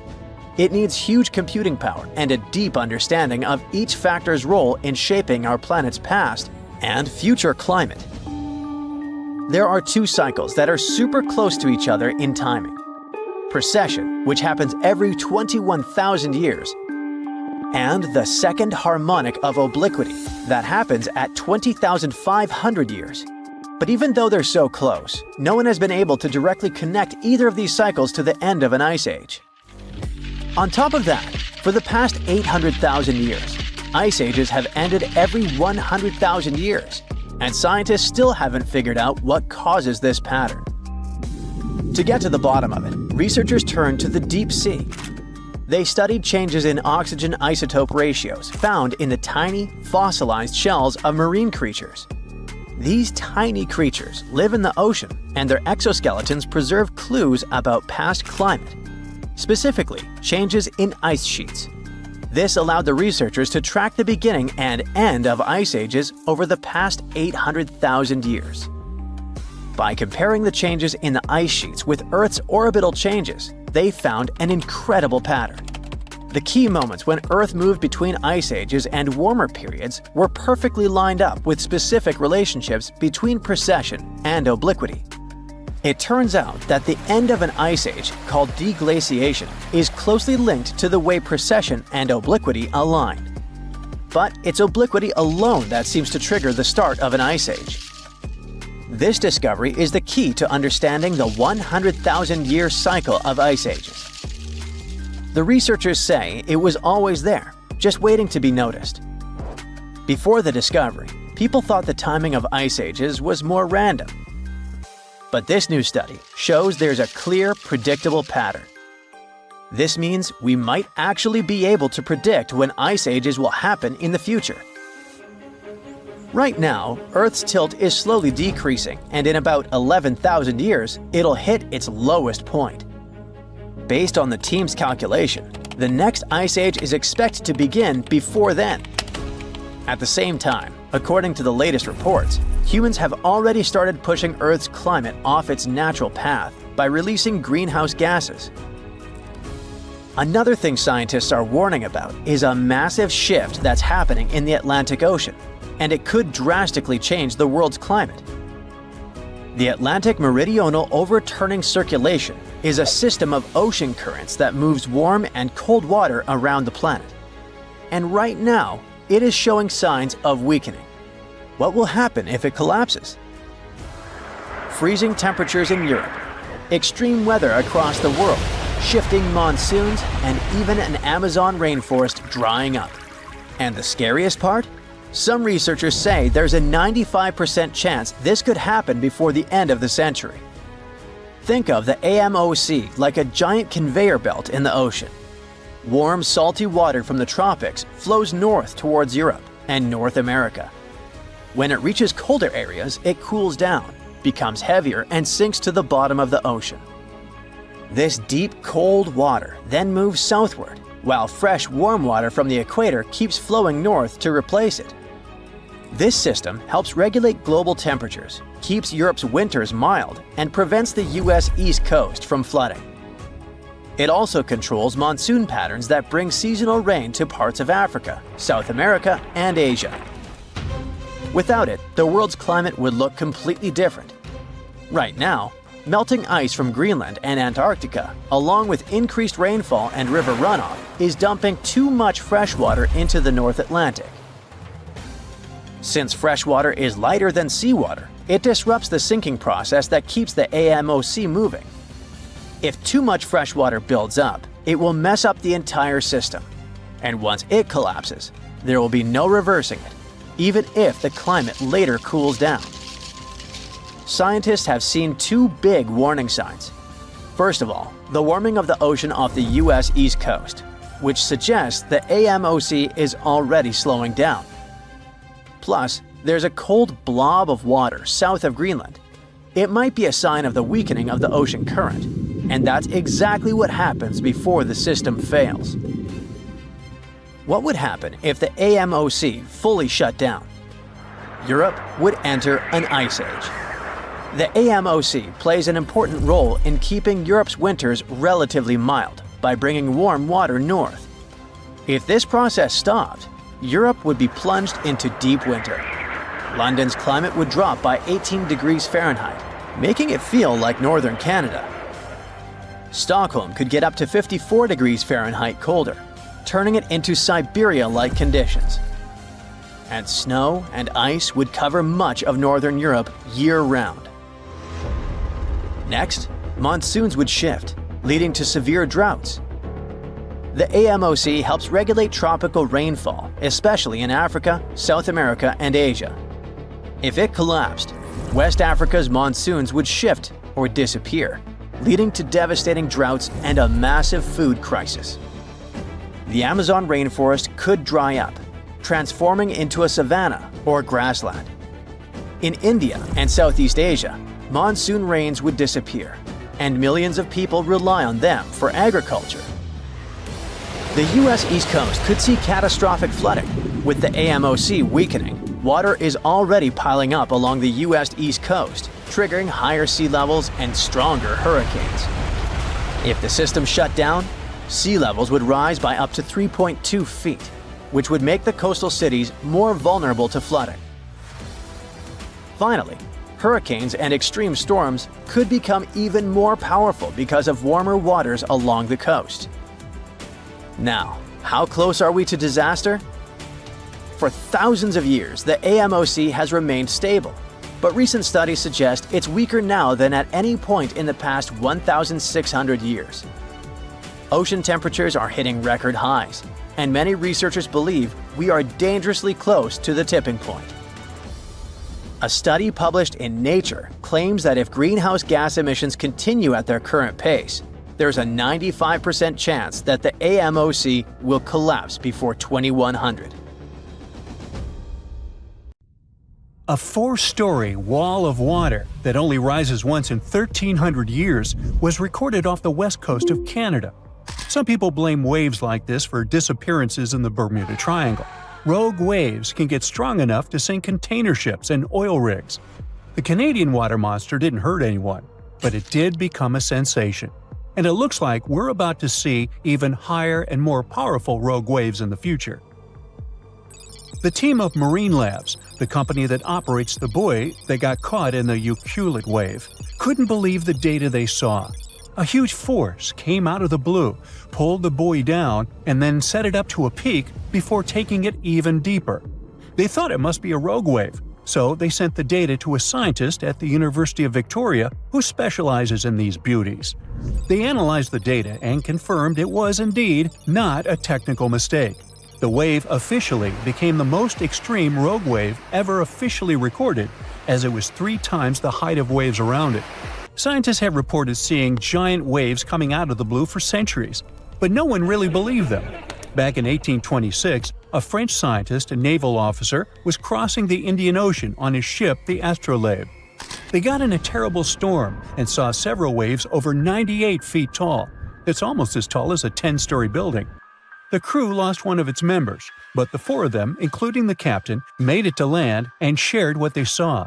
But back then, scientists were sure waves couldn't be taller than 30 feet. Everyone took their story as a tall tale. Pun intentional. Over a century later, a cargo ship, the MS München, mysteriously disappeared. People believed it to be unsinkable, just like the Titanic, so it was a real shock that all that was left of it was one lifeboat. When experts analyzed the damage, they concluded that it must have been hit by a wave that was around 65 feet high. Witnesses shared many other stories of giant waves coming out of nowhere, but scientists officially recognized the first rogue wave only in 1995. It went down in history as the Doppler wave, or the New Year's wave. This monster on the North Sea that was 84 feet tall hit the Norwegian gas platform Doppler on New Year's Day. It was twice larger than the wave surrounding it. The rig was built to withstand waves up to 64 feet tall and had the most advanced sensors for its time.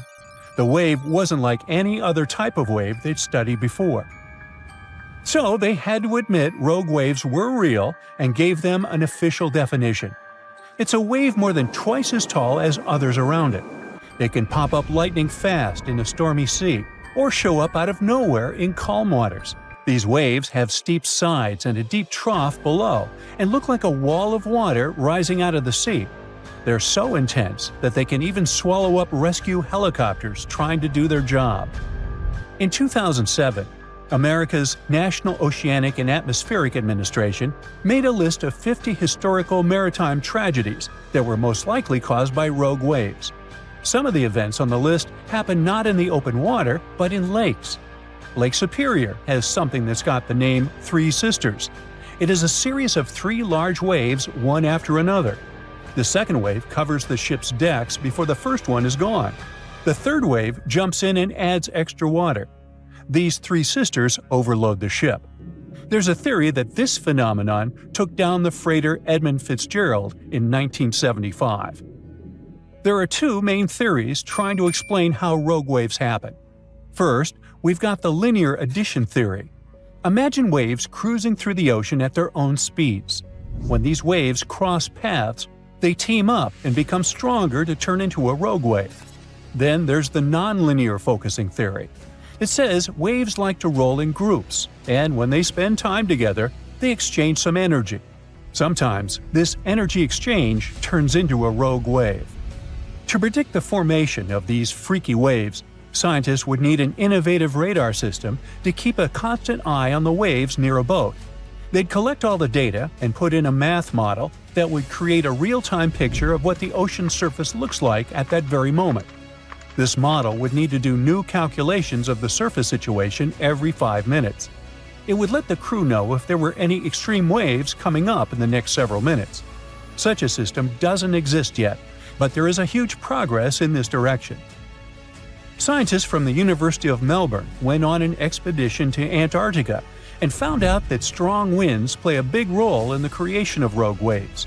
It looks like they're caused by a mix of strong winds and the random way waves move and interact with each other. This idea was tested in labs before, but now they've proven it happens in real oceans too. To study these waves, the scientists use special 3D cameras. These cameras work like human eyes, taking lots of images in a row to create a detailed 3D picture of the ocean surface. It showed that rogue waves happen more often when waves are young, which means they're just starting to form and are more affected by the wind. When strong winds blow over young waves, they make the waves taller, longer, and faster, but not evenly. Some waves steal energy from nearby waves and grow much bigger, which is how rogue waves form. The scientists noticed these giant waves happened about once every 6 hours. They recorded no rogue waves in calmer seas when the wind doesn't have as much influence. Scientists are concerned that rogue waves may happen more often in the future because there's more energy in the atmosphere and ocean. It looks like rogue waves can be much more powerful than scientists ever thought. They managed to create the famous Doppler wave in a lab for the first time in 2018. This helped them study these mysterious waves up close and showed that their secret is in how they form. We think of waves rolling gently on a beach, but the waves in this study happen in open water when waves from different directions meet. When waves come together from far apart directions, they push the water upward, creating what's called a partially standing wave or a cross wave. This can happen when two seas meet, or when wind directions suddenly change, like during a hurricane. The study found that the bigger the angle between the meeting waves, the taller the cross wave becomes. Normally, when a wave breaks, it forms a white foamy top, and that's where it stops growing. But if a wave is formed by water coming from many directions, it can keep growing even after breaking. These special waves can grow to be twice as steep while breaking, which is already much bigger than normal waves. And if you add up all the growth from waves coming together, they can become 4 times steeper than what anyone thought was possible. This discovery could change the way we build things, like wind turbines or oil platforms in the ocean, to make them safe. Right now, many designs don't fully account for these huge multi-directional waves.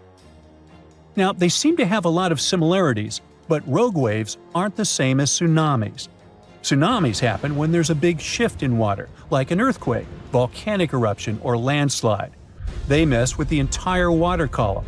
At sea, you might not even notice a tsunami cruising beneath you, but near the shore, as it hits shallow waters, those waves can shoot up to crazy heights. Rogue waves are formed at the surface level, although sometimes they can form deep below, and these are called rogue internal waves. In November 2020, a wave the height of a 4-story building was recorded off the coast of Vancouver Island, Canada. The team at Marine Labs, the company that operates the buoy that got caught in it, couldn't believe the data they saw. Everything was normal, then, unexpectedly, a vast force came, pulled the buoy down, and then sent it up to a peak before taking it even deeper. The probability for such a huge wave to form is once in 1,300 years, so they had to be sure it wasn't a technical mistake. Marine Labs sent the data to a rogue wave scientist at the University of Vancouver. They analyzed and validated the findings and shared them in February 2022. The wave officially became the most extreme rogue wave ever officially recorded, as it was 3 times the height of waves around it. Luckily, this giant didn't leave any damage, as it happened too far offshore. For centuries, rogue waves were believed to be real only in the stories of sailors. Christopher Columbus himself mentioned a rogue wave, but back then, it wasn't officially a thing. In August 1498, he was on his 3rd expedition to the Americas. As they were passing through a strait near Trinidad, a huge wave lifted the boats. They managed to survive and continue the journey, and the area is still known as the Mouths of the Dragon, named this way by Columbus. Back in 1826, a French scientist and naval officer was crossing the Indian Ocean on his ship, the Astrolabe. They got caught in a terrible storm and witnessed several waves over 80 feet tall. One of them was the height of a 10-story building. The crew lost one of its members, but the 4 of them, including the captain, made it to land and spread the story of the gigantic waves. But back then, scientists were sure waves couldn't be taller than 30 feet. So everyone took this story as a tale. Witnesses shared many other stories of giant waves coming out of nowhere, but scientists officially recognized the first rogue wave only in 1995. It went down in history as the Doppler wave, or the New Year's wave. This sea monster of the North Sea hit the Norwegian gas platform Draupner on New Year's Day. It reached a height of 84 feet. The waves surrounding it were twice as small. The rig was built to withstand waves up to 64 feet tall and had the most advanced sensors for its time. It became a sensation in the scientific world because it wasn't like any other type of wave they'd studied before. So they gave rogue waves an official definition. It's a wave more than twice as tall as others around it. These bad boys, also known as freak waves, monster waves, and episodic waves, can pop up lightning fast in a stormy sea or show up out of nowhere in calm waters. They have steep sides and a deep trough below, and look like a wall of water rising out of the sea. They're so intense that they can even swallow up rescue helicopters just trying to do their job. Rogue waves aren't the same as tsunamis. Tsunamis happen when there's a big shift in water, like an earthquake, volcanic eruption, or landslide. They mess with the entire water column. At sea, you might not even notice a tsunami cruising beneath you, but near the shore, as it hits shallow waters, those waves can shoot up to crazy heights. Rogue waves are formed at the surface level, although sometimes they can form deep below, and these are called rogue internal waves. Scientists and sailors singled out some statistics. Rogue waves more often form when wave trains run into fast ocean currents. The coast of South Africa is one good place for that. There are concerns that these water beasts may happen more often in the future because there's more energy in the atmosphere and ocean. It means larger and more frequent rogue waves and more ships lost at sea. Rogue waves aren't limited to oceans and can even occur in lakes. Lake Superior witnesses something that got the name Three Sisters. It's a series of three large waves, one after another. The second wave covers the ship decks before the first one is gone. The third wave jumps in and adds extra water. These three sisters overload the ship. There's a theory that this phenomenon took down the steamship Edmund Fitzgerald in 1975. Rogue waves are also dangerous because they form rogue holes in the water.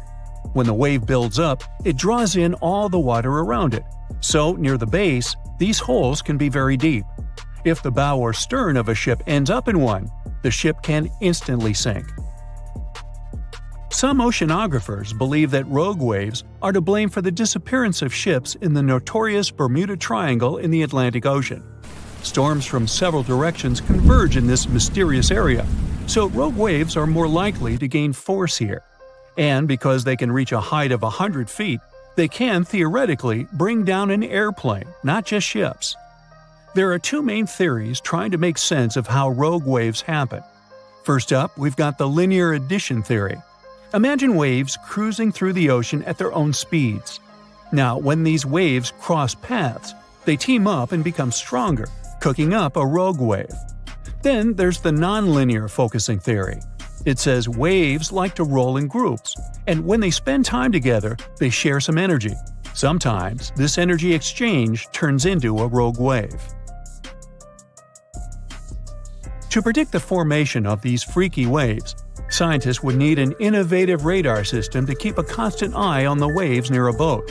They'd collect all the data and toss it into a fancy math model that paints a real-time picture of what the ocean surface looks like at that very moment. This model would need to do new calculations of the surface situation every 5 minutes. It would let the crew know if there were any extreme waves coming up in the next several minutes. Such a system doesn't exist yet, but as scientists measure more rogue waves, mathematicians may find a way to alert us of the upcoming rogue waves rising out of the water. Sometimes you can hear the term sneaker wave as a synonym for rogue waves, but oceanographers claim there's a difference. Rogue waves occur mostly in the ocean, and sneaker waves build up at the shore. They're also known as king waves and sleeper waves, and they roll up much faster than usual waves when they approach the beach. They always appear without warning after smaller waves and can be powerful. They can carry swimmers further away into the ocean. But the worst part is, they can also sweep you off your feet and into the water when you're casually strolling on a jetty or the beach, or on an outcropping nearby. Oregon State University researchers found that sneaker waves form in offshore storms that carry wind energy to the ocean surface. With all that energy, several waves unite and overlap into one beast that stands higher and goes further ashore than a regular wave. Another thing that makes them more dangerous is that, just like rogue waves, they're hard to predict. Fishers, surfers, and others who spend a lot of time by the water normally know when and what to escape when it comes to big waves. With sneaker waves, that logic doesn't work. There is no set time of the year when they're more active either, but putting together some data shows you're more likely to experience one of those somewhere between April and October, and the peak would be in October and November. Sneaker waves carry huge amounts of water, sand, and gravel. Those can fill up your shoes in a matter of seconds and sweep you off your feet if you're unlucky enough to be ashore at that moment. These sea monsters also have the power to move huge logs, which carries another hazard. Around 2,500 years ago, an earthquake completely changed the course of one of the largest and most famous rivers on the planet, the Ganges. Now, it's normal for rivers not to sit in one place, so if you live next to one, it could also just disappear without a trace or flood the whole city one day. In the case of the Ganges River, a supermassive earthquake became the reason for this dramatic change. Scientists say it might happen again, and it would be a huge problem for millions of people who depend on this river. The Ganges River starts as small streams in the Himalayas and travels a long way, over 1,500 miles. Along its journey, it meets other big rivers before all the water flows into the Bay of Bengal. The Ganges has the largest delta in the world among all rivers. Just like many other rivers in the region, it slowly changes its path over time. These changes, if they happen when a river wears away its banks, usually takes a long time, sometimes decades. Scientists have discovered that the Ganges-Brahmaputra river system has shifted several times over the last 6,000 years. When they looked at satellite images of the Ganges Delta, they noticed something interesting. There was a crescent-shaped dip in the ground about 28 miles away from where the river is flowing now. This depression was over 1 mile wide and stretched for many miles. They thought it might have been an old main channel of the Ganges River a long time ago. In 2018, the team decided to visit the area to check it out for themselves and take samples to learn more about it. While driving back home, they noticed a pit where someone was digging dirt to create a pond. The next day, they planned to fill it with water, but the researchers spotted something strange in the dirt. There were vertical bands of light-colored sand mixed into the darker mud. These special layers are clues from the past. They show that an ancient earthquake made sand and water shoot up from below the ground and created sand volcanoes that were trapped in time. The scientists studied the sand and mud and figured out that these earthquakes happened around 2,500 years ago and were strong, with magnitudes of 7 to 8. The epicenter was over 110 miles away from the main stem of the river, but it was powerful enough to displace it. It could have affected around 140 million people. The Ganges-Brahmaputra system is close to spots where Earth's tectonic plates meet, so earthquakes happen here often. There's no danger right now, but scientists think that another massive earthquake could happen in the next few hundred or thousand years. It could threaten up to 170 million people. That's about half the population of the U.S. No one can predict exactly when an earthquake will happen or how strong it will be. Learning how earthquakes in the past moved rivers helps scientists figure out patterns and make guesses about similar events in the future. This knowledge could help us prepare better and create safety plans before another big earthquake strikes. Now, the Ganges isn't the only river at risk. The Yellow River, the Irrawaddy River, and rivers in the United States, like the Klamath and San Joaquin, all face similar dangers. The mighty Mississippi River has also switched its path many times over the last 7,000 years. Right now, there's a huge system of dams and barriers called a control structure in central Louisiana. This structure's job is to stop the Mississippi from spilling over its banks and joining a nearby river. But scientists think that, in theory, these barriers wouldn't handle mega floods. So the Mississippi could break free and change its course again. This would cause massive problems, especially in southern Louisiana. One of the recent examples when a river changing its course caused disaster was the Kosi River in India. In August 2008, over just a few days, the river's path shifted by almost 60 miles, which is a huge change. Floods happen in some parts of the state rather often, but they hadn't seen such strong ones in over 50 years. They affected around 1,000 villages and 3 million people, and about 1 million people had to be evacuated to safety. Since many of these people hadn't faced floods in so long, they weren't ready to handle it quickly. It caused even more damage to their homes and lives. Scientists have been trying for decades to figure out what exactly makes rivers suddenly change their course.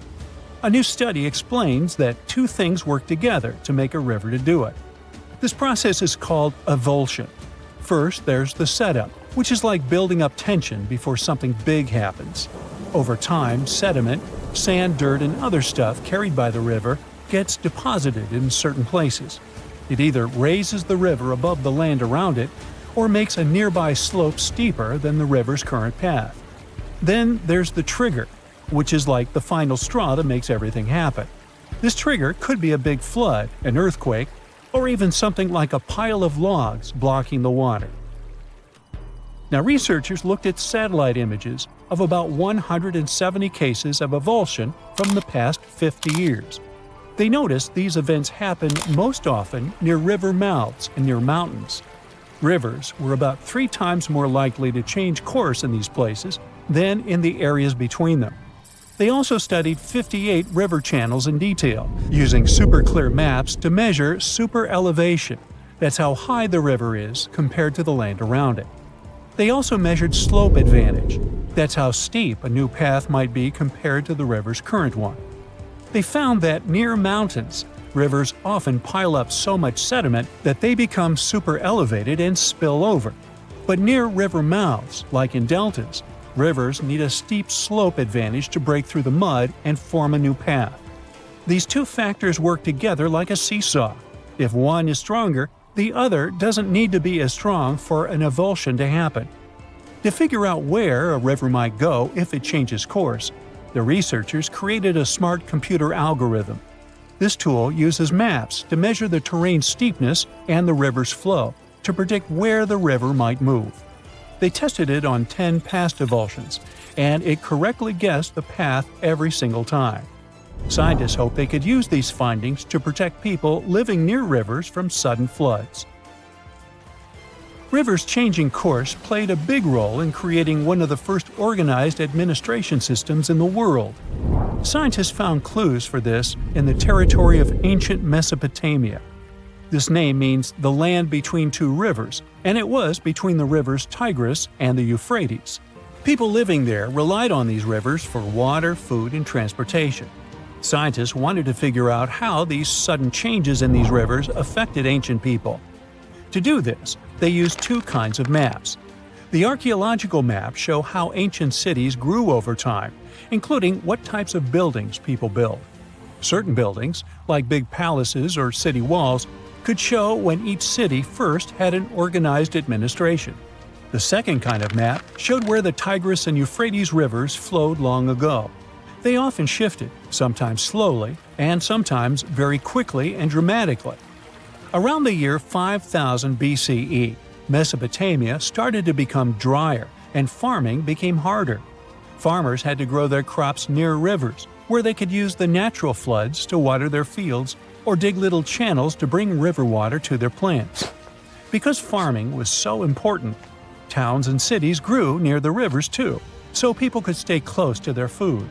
But when a river suddenly changed its course, people didn't give up. They worked together to dig long canals to bring water from the new river path back to their fields. The canals helped them get water again, and the administration buildings showed they were organizing as a community to solve big problems together.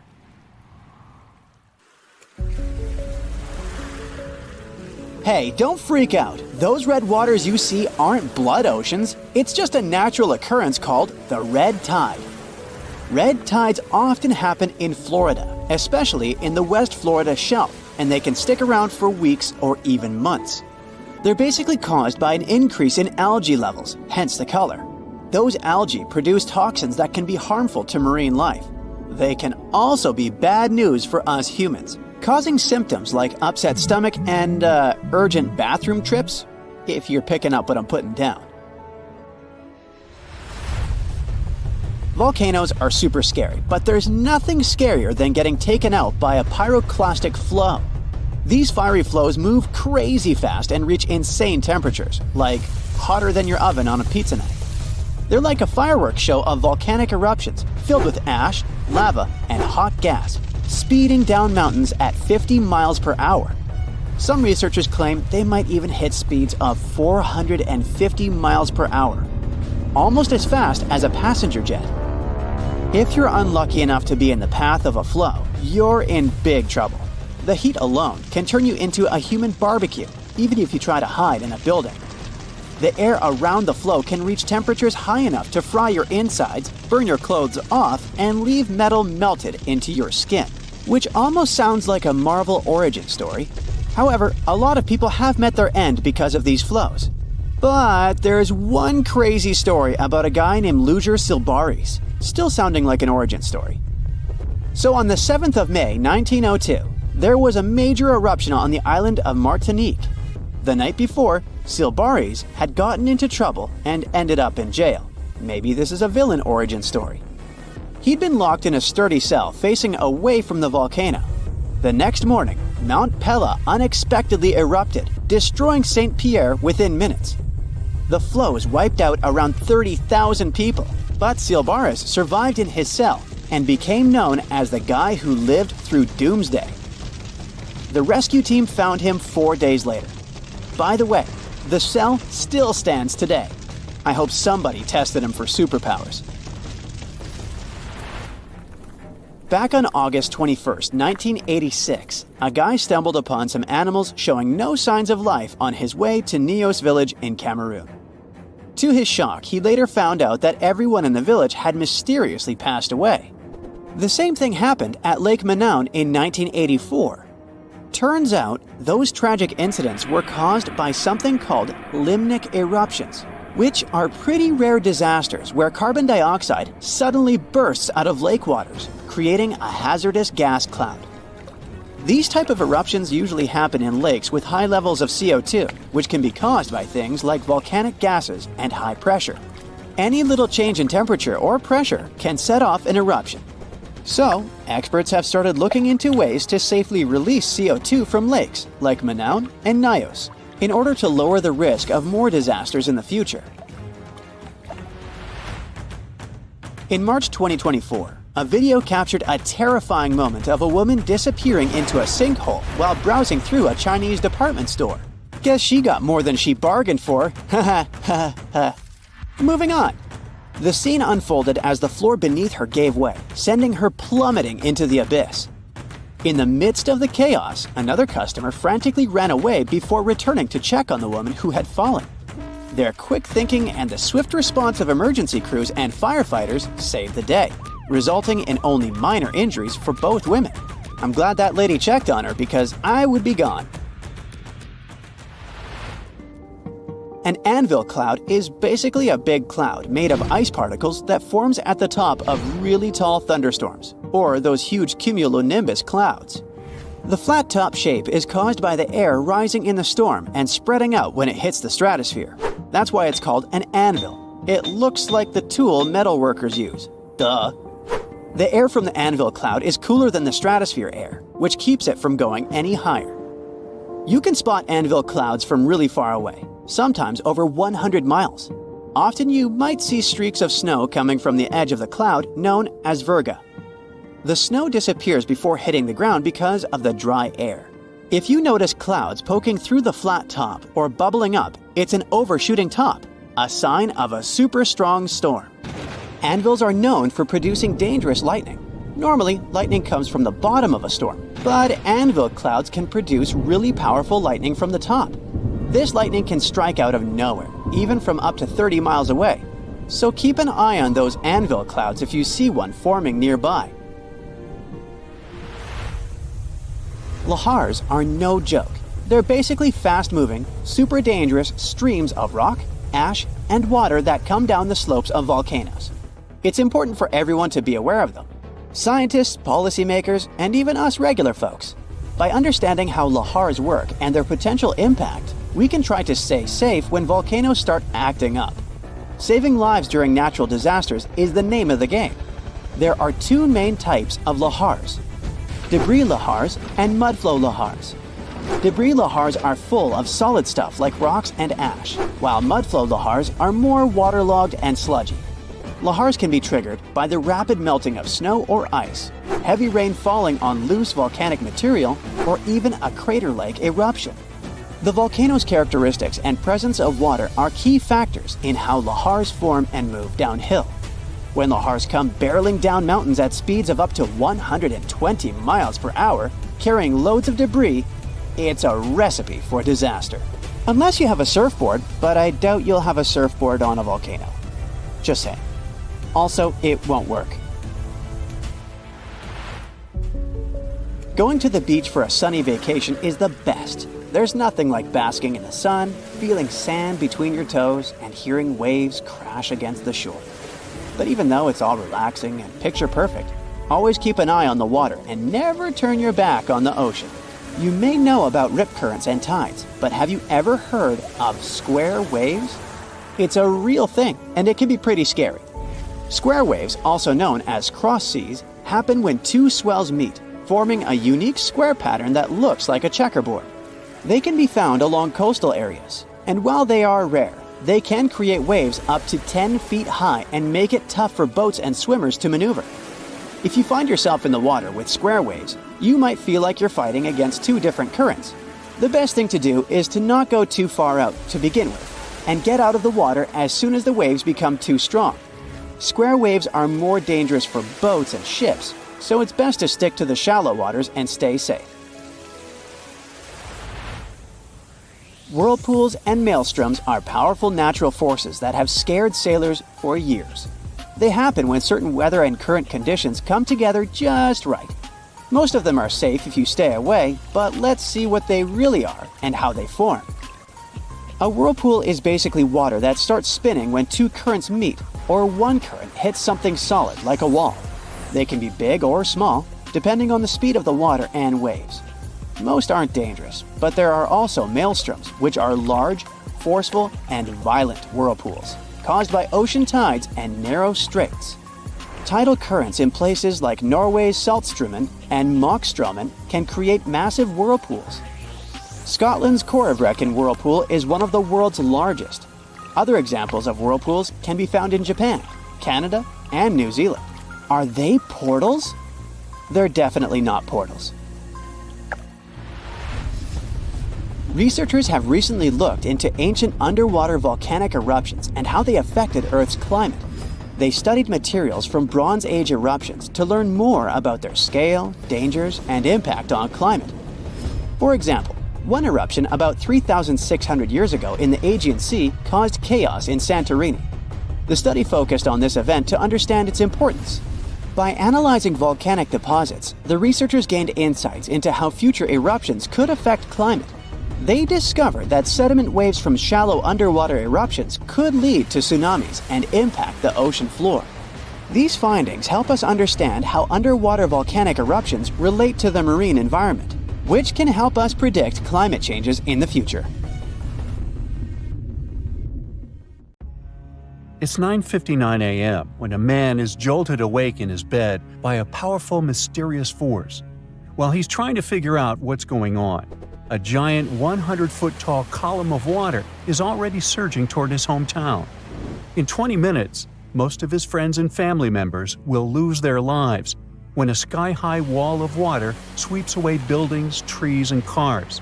And it can happen to you at any given time. It's the day after Christmas in 2004. Thousands of tourists from Europe and America are enjoying tropical beaches in Thailand, Sri Lanka, and Indonesia when a powerful undersea earthquake strikes off the western coast of northern Sumatra, Indonesia. It's a 9.3 magnitude earthquake, the most powerful ever recorded in Asia. It triggers one of the largest tsunamis in history, the Boxing Day tsunami, which will take the lives of 230,000 people within a few hours. The city of Banda Aceh in Sumatra, Indonesia, home to 260,000 people, is the closest to the earthquake's epicenter. In less than half an hour after the quake, huge 10-story tall waves crash into the city. More than 60,000 people lose their lives immediately. The destruction is so severe that almost no one in its path survives. Next, the tsunami hits Thailand. The waves, rushing at a mind-boggling 500 miles per hour across the Indian Ocean, reached the shores of Phang Nang and Phuket about 90 minutes later. Despite such a significant time gap, both locals and tourists are caught totally off guard. Many beachgoers even walk out onto the beach, curious about the strangely receding sea, only to be overtaken by a towering wall of water. Nearly 5,400 people, including 2,000 foreign tourists, won't survive that day in Thailand. An hour after Thailand, the tsunami hits southeastern India near Chennai. Debris-filled waves push miles inland, taking the lives of more than 10,000 people. Sri Lanka faces even worse devastation. The island will lose over 30,000 people, and hundreds of thousands will become homeless. The tsunami's incredible strength is evident even far away. 8 hours later, it claims its last victims in South Africa, 5,000 miles from the quake's epicenter. There, rogue waves catch swimmers off guard. Researchers from NOAA's Center for Tsunami Research explain that the destruction was due to the sheer power of the earthquake. It originated from a megathrust fault. That's where heavy ocean plates dive beneath lighter continental plates. These faults are the largest in the world and lie underwater. The 2004 earthquake ruptured a 900-mile stretch of the Indian and Australian plates, 31 miles beneath the seafloor. Plus, instead of one quick jolt, the quake lasted for 10 minutes and released an unimaginable amount of energy. During the shaking, massive sections of the seafloor moved upwards by 130 feet. That's a lot. Such a sudden movement set colossal waves rippling across the ocean. Imagine it like dropping a massive pebble into the water. The thing is, tsunami waves aren't like those surfing waves you may imagine. No, they look like a fast-moving whitewater river that floods everything in its way. If you get caught in those raging waters, it's almost impossible to survive. If the powerful currents don't pull you under, floating debris will. That's the reason why, during earthquakes, there are usually many injuries and fewer lives lost. With tsunamis, it's the opposite. There's way fewer injuries than fatalities because it's too hard to survive. Catastrophic tsunamis like the one in 2004 are rare. That's why India and Sri Lanka had no record of such disasters. This lack of experience, combined with the absence of warning systems, made the consequences of the disaster even more tragic. People didn't feel the earthquake because they were far from the epicenter. And with no natural warning signs, no official alerts, and no history of tsunamis, the waves that hit crowded coastlines had devastating effects. By the way, the Pacific Ocean, the largest ocean on Earth, is where most earthquakes and tsunamis occur. Locally damaging tsunamis strike somewhere in this ocean about once every 1 to 2 years. 76% of the recorded fatal tsunamis happened in the Pacific. And 99% of tsunami casualties are caused by local or regional tsunamis, which occur more often and hit quickly. But then a question arises: could a tsunami as devastating as the Boxing Day one happen again? Unfortunately, the answer isn't very straightforward. A warning system has indeed been established in the Indian Ocean. Its goal is to alert coastal nations of potential tsunamis. But human behavior is still a critical challenge. This became clear during a real-life test in 2012. That's when many residents of Banda Aceh, Indonesia, simply ignored evacuation towers after a tsunami warning. People never seem to learn, huh? The Indian Ocean Warning Network uses undersea pressure sensors placed near tectonic plate fault lines. These sensors detect any changes and transmit data to surface buoys, which then send it via satellite to control centers on land. Authorities analyze the information and decide whether to issue warnings and evacuate at-risk areas. Aceh, located on one of the world's most active fault lines, implemented additional safeguards. They installed sirens in coastal cities, and people get alerts on their cell phones. Plus, there are evacuation towers, reinforced concrete structures capable of holding 500 people. They are special safe zones. Authorities did test how well prepared people were. In 2009, 18 Indian Ocean countries participated in an evacuation drill, simulating a large earthquake. Thousands of coastal communities took part in this drill. and officials concluded that the exercise had been a success. Fast forward to the system's first real test in April 2012. An 8.6 magnitude undersea earthquake west of Aceh triggered tsunami warnings. And even though there were no significant waves, the whole situation revealed critical flaws. Many residents ignored evacuation towers, choosing instead to flee by car or motorbike. This led to citywide traffic jams, with people getting stranded in areas vulnerable to a potential tsunami. It was chaos. Some residents even went back to the beach to look for the signs of a tsunami, which is a life-threatening mistake. So apparently, there is still a lot of work to do when it comes to tsunami survival. But what you need to know by heart is the signs of an impending tsunami. First of all, it's severe ground shaking. Strong earthquakes near coastal areas can generate tsunamis. If you notice that water on the beach starts to recede at an alarming rate, exposing the ocean floor, reefs, and stranded fish, run. Then there might be unusual ocean sounds. Keep in mind that a loud roaring noise, resembling a train or jet engine, may accompany an approaching tsunami. If you notice any of these warning signs, do not wait for official evacuation orders. Leave low-lying coastal areas immediately and move to higher ground as fast as possible. If you're at home, make sure your family members know about the tsunami and follow official guidance. You should remember that locally generated tsunamis may strike within minutes. You have to act quickly. If it's a distant tsunami, you may have more time to evacuate. If you don't have an opportunity to move inland, hide in high reinforced concrete buildings. Avoid staying in small buildings or homes in low-lying areas. If you're on a boat, stay offshore. Tsunami activity isn't as dangerous in deep water, so avoid returning to port during a tsunami warning. If you're already in port, check with harbor authorities for guidance. If it's possible to move to deep water, do it in an orderly manner. It may be safer for small boat owners to leave their vessel and move to higher ground. And always, prioritize moving to higher ground over saving your belongings. If you live in a coastal area, you can take some measures to protect your property in advance. Since most tsunami waves are under 10 feet, you may consider elevating your house. It can reduce damage. You can also consult an engineer to assess and reinforce your home. And finally, don't forget to protect outbuildings too, and create fences that will allow animals to reach higher ground.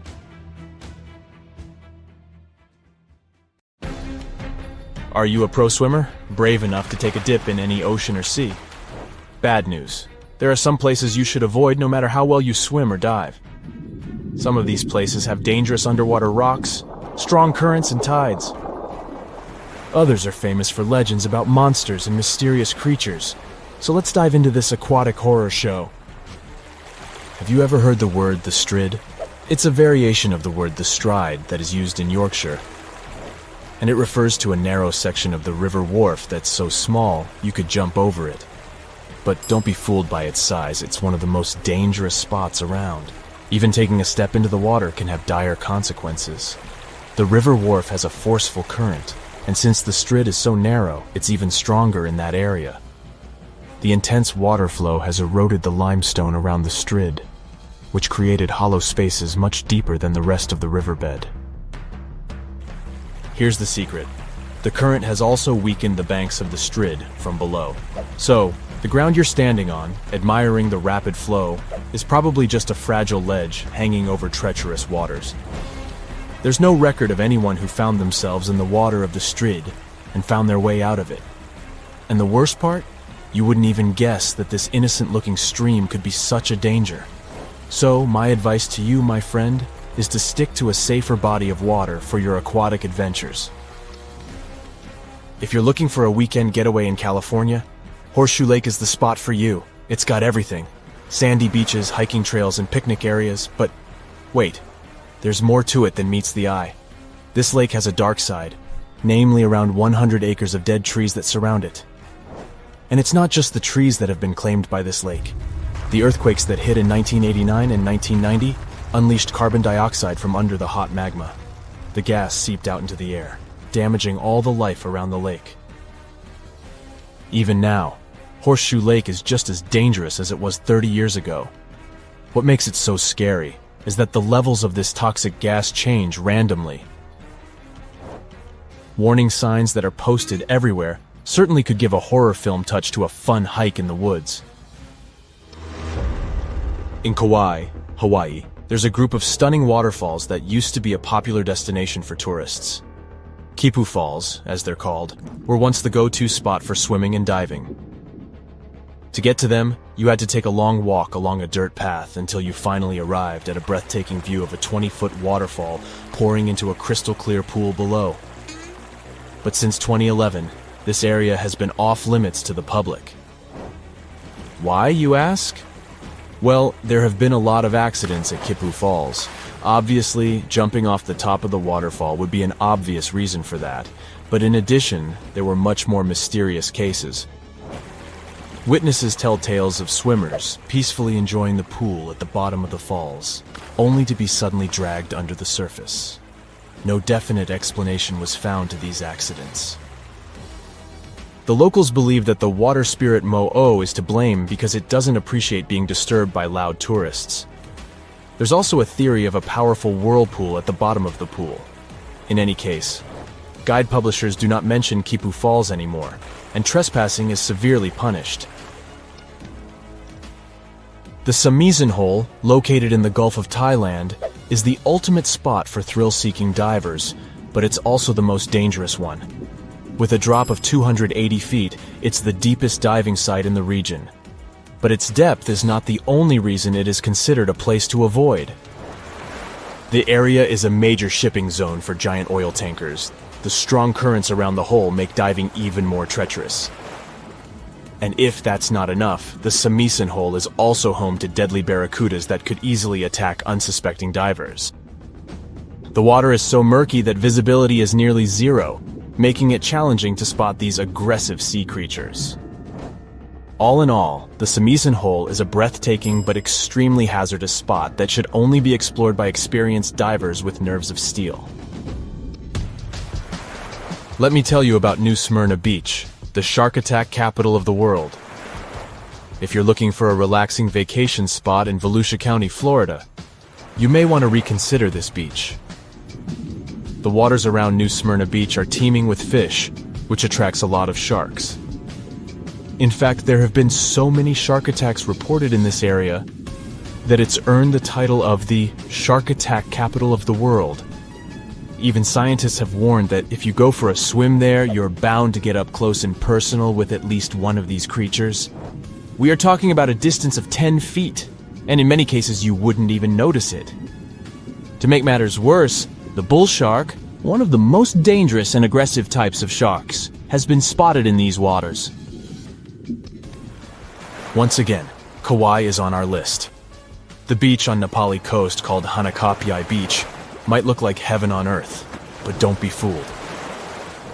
To get there, you have to trek through a super steep, rocky 2-mile trail. There are no lifeguards on this remote beach, so even if you decide to take a dip in the water, you're on your own. The biggest threat to your safety is the incredibly strong rip currents. They are almost always present because there are no reefs to shield the shore.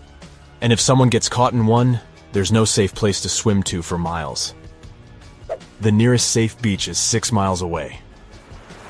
Trust me, this beach doesn't have the best track record in terms of safety, so it's highly advised that you stay out of the water if you end up at this beach.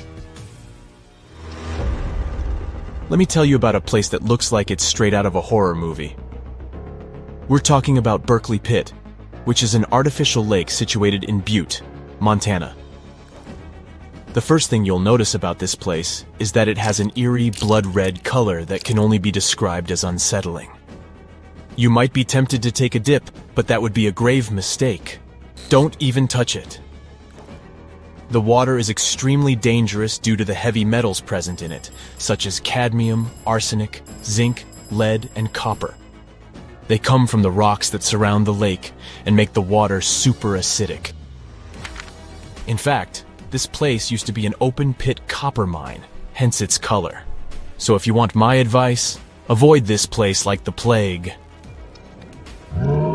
There are 3 lakes in Africa that maybe are the most dangerous places of all that I have mentioned so far. They're all located in Africa. Lake Monoun and Lake Nyos in Cameroon and Lake Kivu in Rwanda are all like ticking timers ready to go off. They were formed over underground pools of molten rock, and sometimes this molten rock releases toxic gases like methane and carbon dioxide right into the water. When this happens, the gases can build up until they suddenly burst out of the water, creating massive waves that can wipe out everything in their path. This type of outburst is called a limnic eruption, and it can release a cloud of poisonous gas that can be harmful to everything in the vicinity. The most terrifying part? These explosions can happen at any moment with no warning. So if you ever find yourself near one of these lakes, you'd better be on high alert, because you never know when the next accident might happen. Maybe you know other places you wouldn't recommend for a fun swim? Share your anti-recommendations in the comments below. A trip to Hawaii may become your last. This is exactly what happened to David Potts, who came to Maui to spend some quality time with his girlfriend. We all know that the ocean can pose a whole bunch of dangers. Riptides, sharks, poisonous algae. Even a seemingly safe sand hole can end your life in a matter of seconds. Blowholes can do that too. The thing is, they're not frequently spoken of, therefore, many people just don't know that they'd better stay away from them. Now, let me break it down for you what a blowhole is. You all know sea caves, right? As any other formation, these grow in size. In case they grow landward and upward, they sort of turn into vertical shafts, exposing themselves toward the surface. As of now, everything seems fine, no extreme danger whatsoever, right? But the scary things start if those shafts begin getting hydraulic compression. In this case, seawater is released through a port right on top of the blowhole. The result looks like a geyser, and by the way, those blowholes even have a second name, marine geysers. The height of the spray may vary, and it's up to the geometry of the cave and blowhole, combined with tidal levels and swell conditions.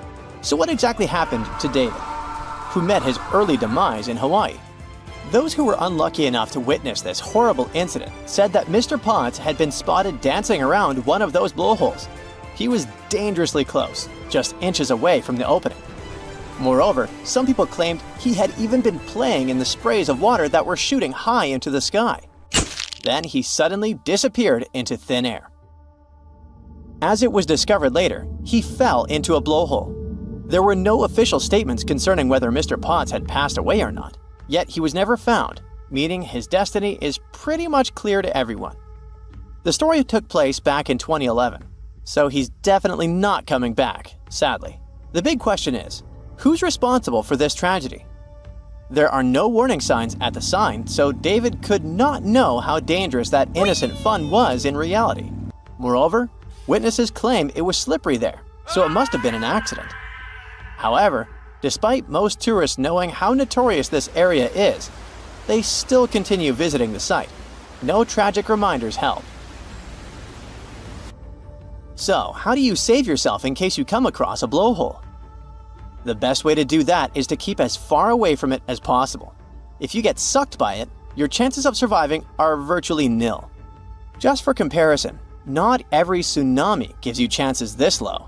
For instance, a 1-foot water level tsunami only gives you a 0.01% probability of passing away.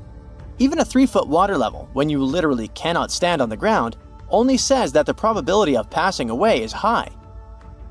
Blowholes, on the contrary, don't give you any chances. They pull you in once and for all. But how do these terrifying holes actually work? Blowholes are most likely to form in places where there are crevices. A good example of a crevice is a lava tube.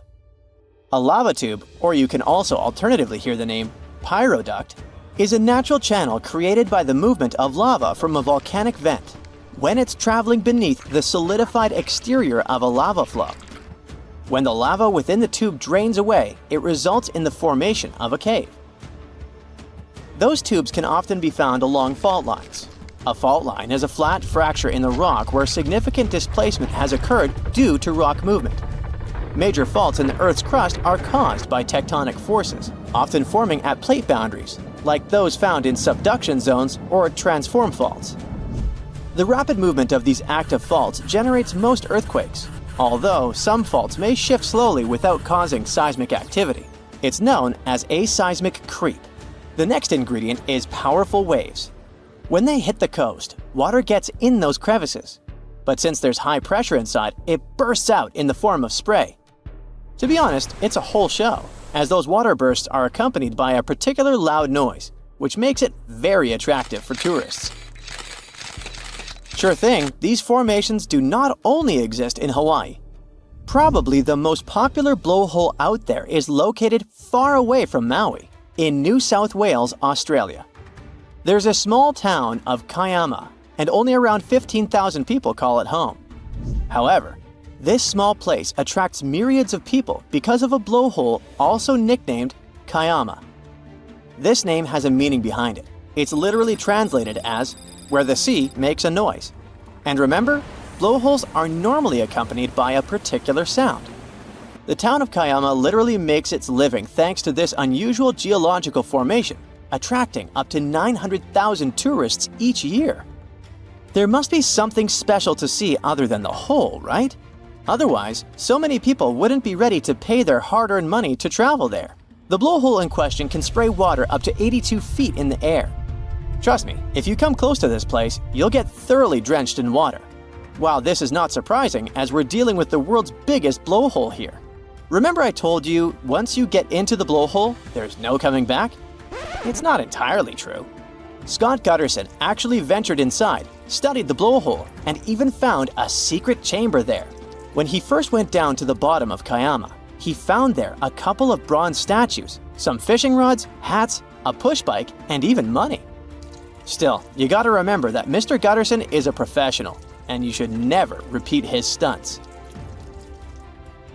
It's not the only blowhole that the town of Kiama has to offer.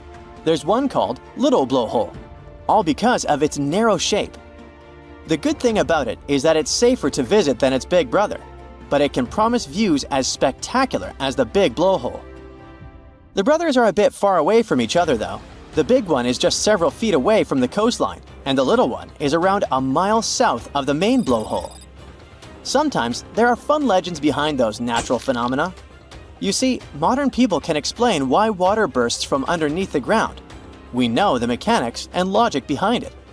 But in olden times, people were way more superstitious, and it was not only easier to explain various phenomena as something supernatural, sometimes it was the only one explanation available due to the lack of knowledge and equipment. Thus, La Bufadora, a big blowhole in Mexico, got its beautiful legend. People used to believe that there was a whale trapped in the rocky point and that the whale would blow water to attract the attention of its pod. With time, the whale turned to stone and remained there forever. Nobody definitely believes in it in the 21st century, but this legend helps attract tourists from all over the world, which locals are very happy about. You see, La Bufadora is located in a small town 17 miles south of Ensenada, and the blowhole helps create working places. Locals opened souvenir and food places, and at some point, there were about 150 active businesses not far away from the famous blowhole. You can often hear that people call La Bufadora a marine geyser, and while some blowholes can be referred to this way, this is not the case with La Bufadora.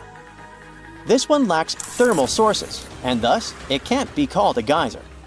The water sprout here is the result of air trapped in a sea cave and forced upward. For it to happen, a wave must push the air into the cave. As a result, this wave is released in the form of water, recedes, creating that signature spray going upward. By the way, those sprays can reach up to 100 feet into the air. The sprays have their own time frequency too. It depends on multiple factors. But as for La Bufadora, the range between eruptions is 13 to 17 seconds. A tsunami hitting major cities on or near the Mediterranean Sea and in the northeastern part of the Atlantic Ocean is not a matter of if, but when. It is scary and surreal to think that places like Cannes or Barcelona could suddenly get slammed by a huge wave, but the fact is, European coastlines are in active tectonic areas. Only about 10% of all tsunamis worldwide happen in the Mediterranean, and there have been at least 290 tsunamis in this area since 1600 before Common Era. Despite the relatively low number, this phenomenon has caused numerous devastating disasters throughout Europe's history. Back in 1755, an estimated 8.5 magnitude earthquake with an epicenter southwest of Cape St. Vincent triggered a tsunami that destroyed most of Lisbon, the capital of Portugal. About 40 minutes after the earthquake, this massive wave just slammed into the harbor in downtown, racing up the Tagus River. The phenomenon was so fast that several people on horseback had to gallop to higher ground to avoid getting carried away. And this was just the beginning of a nightmare, with 2 more terrifying waves hitting Lisbon right after. A disaster like this is similar to what we see in the Pacific Ocean several times a century, but in the Atlantic, it's very rare. This type of major tsunami is expected to happen every 3 to 5 centuries, but now it could happen tomorrow. Marseille in France, Chipion in Spain, and other cities are on the list of important locations that could be flooded soon, with a roughly 100% chance of being hit by a tsunami in the next 30 years. Statistics show that the wave will probably be more than 3 feet high.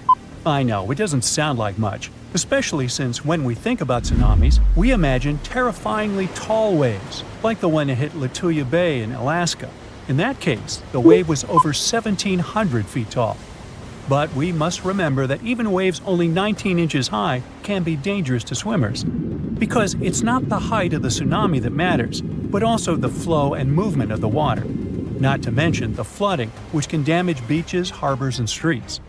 If the coastline has a small harbor and the waterfront is exceptionally low, like Cannes, this natural disaster might be much more dangerous. Tsunamis around 6 feet high can lift cars off the ground, while smaller waves can create walls of water traveling at 40 miles per hour. Plus, there are these smaller events that might not wreck everything, but still can cost a ton of money. For example, large sandbars that move around on the ocean floor, like sand dunes shifting in deserts. They can mess up pipelines or deep-sea cables for internet and communications, and that ends up costing businesses and governments millions of dollars. That's why organizations like UNESCO are worried about the possibility of a dangerous tsunami hitting Europe soon. So they're doing everything they can to prevent apocalyptic scenarios, like what happened in 2004 when an earthquake off the coast of Sumatra, Indonesia, caused waves over 100 feet high in coastal communities, resulting in over 200,000 lives lost. And let's not forget about 2011, when an earthquake off the coast of Tohoku, Japan, triggered a tsunami that reached about 6 miles inland and caused a major nuclear accident at a power station along the coast. Over 16,000 people lost their lives in that tragedy, and the event resulted in billions of dollars in infrastructure damage. These disasters were huge wake-up calls, and we've come a long way since 2004. We're much safer today, largely because the tsunami warning system is highly effective at quickly detecting this dangerous situation. Unlike many other natural phenomena, a tsunami can be anticipated. We may only have a few minutes to act, but if we all know what to do, many lives can be saved. And in most parts of the world, sirens are commonly used to alert people to tsunamis. To sound the siren as early as possible, initial tsunami alerts usually rely only on seismic data. First, specialists receive information about an earthquake. Seismic waves travel about 100 times faster than tsunamis, so they have enough time to analyze the data and see if the earthquake might have generated a tsunami and whether they should issue an initial tsunami alert. At U.S. warning centers, for example, scientists typically issue initial alerts within 5 minutes of an earthquake. If a tsunami is suspected, these alerts may also include information about wave arrival times, recommended actions, and potential impacts. But sounding the alarm is not enough. To save lives, coastal communities also need to be trained to respond fast and in the best way possible. That's why UNESCO produced this program called Tsunami Ready, aiming to train people living in coastal areas at risk on how to act in case of a tsunami event by the year 2030. The idea is to help communities stay safe by teaching them how to protect their livelihoods and safeguard their homes. Being recognized as tsunami ready by UNESCO doesn't mean a community is tsunami-proof, of course. It's more like a recognition that they have adopted all possible measures to mitigate tsunami risks. So authorities are helping communities to prepare themselves by installing evacuation signs, establishing security procedures, and creating plans to warn tourists. Like Spain, which distributed tsunami warning signs along the entire coastline, as well as signs showing evacuation routes to higher ground. And Spain better be prepared. I mean, only 7 tsunamis have hit the country since the year 365, so it's difficult to predict the effects of such an event. But they could be devastating, considering that Spanish coastal areas are so economically important. There's also a danger zone in the Averroes Fault beneath the Barents Sea. If an earthquake happens at this point, people will have only 21 minutes to escape a tsunami. UNESCO has also established 12 tsunami warning centers, which cover Europe as well. This initiative involves 5 centers located in the Mediterranean and Northeast Atlantic regions. These centers can save thousands of lives because they monitor ocean disturbances 24/7. Then, after analyzing the threat, they send out messages based on the event's potential to cause a tsunami. The intensity scale ranges from no effect to completely devastating. And by that, they understand that nearly all brick buildings could be demolished by waves, and even the most reinforced concrete structures could suffer heavy damage. Now, so far, we have mostly talked about tsunamis caused by earthquakes along converging tectonic plate boundaries. In fact, earthquakes have accounted for over 80% of tsunamis since 1900. But tsunamis can also result from landslides, volcanic eruptions, and even meteorite impacts. Experts are also worried that with the current changes in climate, we might see more of meteotsunamis popping up in the Mediterranean. These ones are triggered by freaky weather conditions and can mess with any coastline that's got a shallow seafloor. They might not be as huge or famous as the earthquakes ones, but they can still cause significant property damage and put people in danger. For instance, in 2006, a meteotsunami struck the harbor of Ciutadella on the Spanish island of Menorca. Yachts were tossed into each other and later stranded on the harbor floor as the water receded, resulting in tens of millions of euros in damage. Unfortunately, meteotsunamis in the Mediterranean tend to be stronger during summer, so if you're planning to spend your vacation in Europe, stay alert for any signs of dangerous waves. If you suddenly encounter a tsunami moving in your direction, remember this is the time to react. Move to higher ground as far inland as possible. Pay special attention to any emergency alerts and information, and follow the guidance of local authorities. Most importantly, do not wait around taking photos. Leave the area as soon as you notice any signs of this danger event, or if you hear an official tsunami warning. Hey, stay safe. An underwater earthquake opens a huge gap in the ocean floor. A large volume of water moves to fill the crack. At the same time, waves start to spread out from that point. They're just a foot high at first, but the closer they get to shore, the larger they become. When the waves reach shallow waters, they start to slow down. Their lower parts get to dry land first. This creates a vacuum effect that pulls the water away from the coast. The harbor and seafloor are visible now. And then, an enormous wall of water hits the shore. It wipes out everything in its path. Several minutes later, more waves usually arrive. Or it can be a landslide happening near a large body of water. Enormous amounts of forest, soil, and rock roll down into a lake or ocean, producing huge tsunami waves. Volcanic eruptions are responsible for 5% of the world's tsunamis. They can move great volumes of water and generate really big waves. Some tsunamis are caused by meteorites striking into our planet. If one of these red-hot space visitors strikes the ocean, the force of this collision displaces enough water to produce an extremely powerful tsunami. When a tsunami starts, its waves are usually just 1 foot high. That's what a small wave looks like. It comes up to the waist of the average person. Surfers call such rather big waves double overhead. The largest earthquake ever recorded happened near the coast of southern Chile. It triggered a tsunami that reached Hawaii, Japan, and the Philippines. The tsunami's largest wave was as tall as a 5-story building. The largest wave ever surfed was half as tall as the Arc de Triomphe in Paris. Garrett McNamara set this record in 2011 in Nazaré, Portugal. In 1995, scientists proved the existence of rogue waves, sudden unexpected swells. On that day, they saw an 84-foot wave. It was taller than the world's largest passenger plane Airbus A380. The giant was surrounded by smaller 20-foot waves. Tohoku tsunami waves in 2011 were generated by the strongest earthquake in Japan's recorded history. The highest wave was almost half as tall as the Brooklyn Bridge. Krakatoa's volcanic eruption in 1883 produced the loudest sound ever heard on the surface of the planet. The highest tsunami wave the eruption formed was as tall as the Statue of Liberty. April Fool's Day tsunami in 1946 was triggered by a powerful earthquake near Alaska. The tsunami's highest wave was a bit taller than the Colosseum in Rome.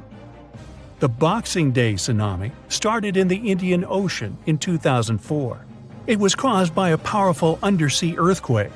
Its tremors produced a series of tsunami waves. The largest of them almost reached the height of the Leaning Tower of Pisa. One of the most disastrous landslides hit Lodeland Valley in Norway in 1936. An enormous piece of rock, almost twice as large as the Eiffel Tower, broke loose and hurtled into Lofoten Lake.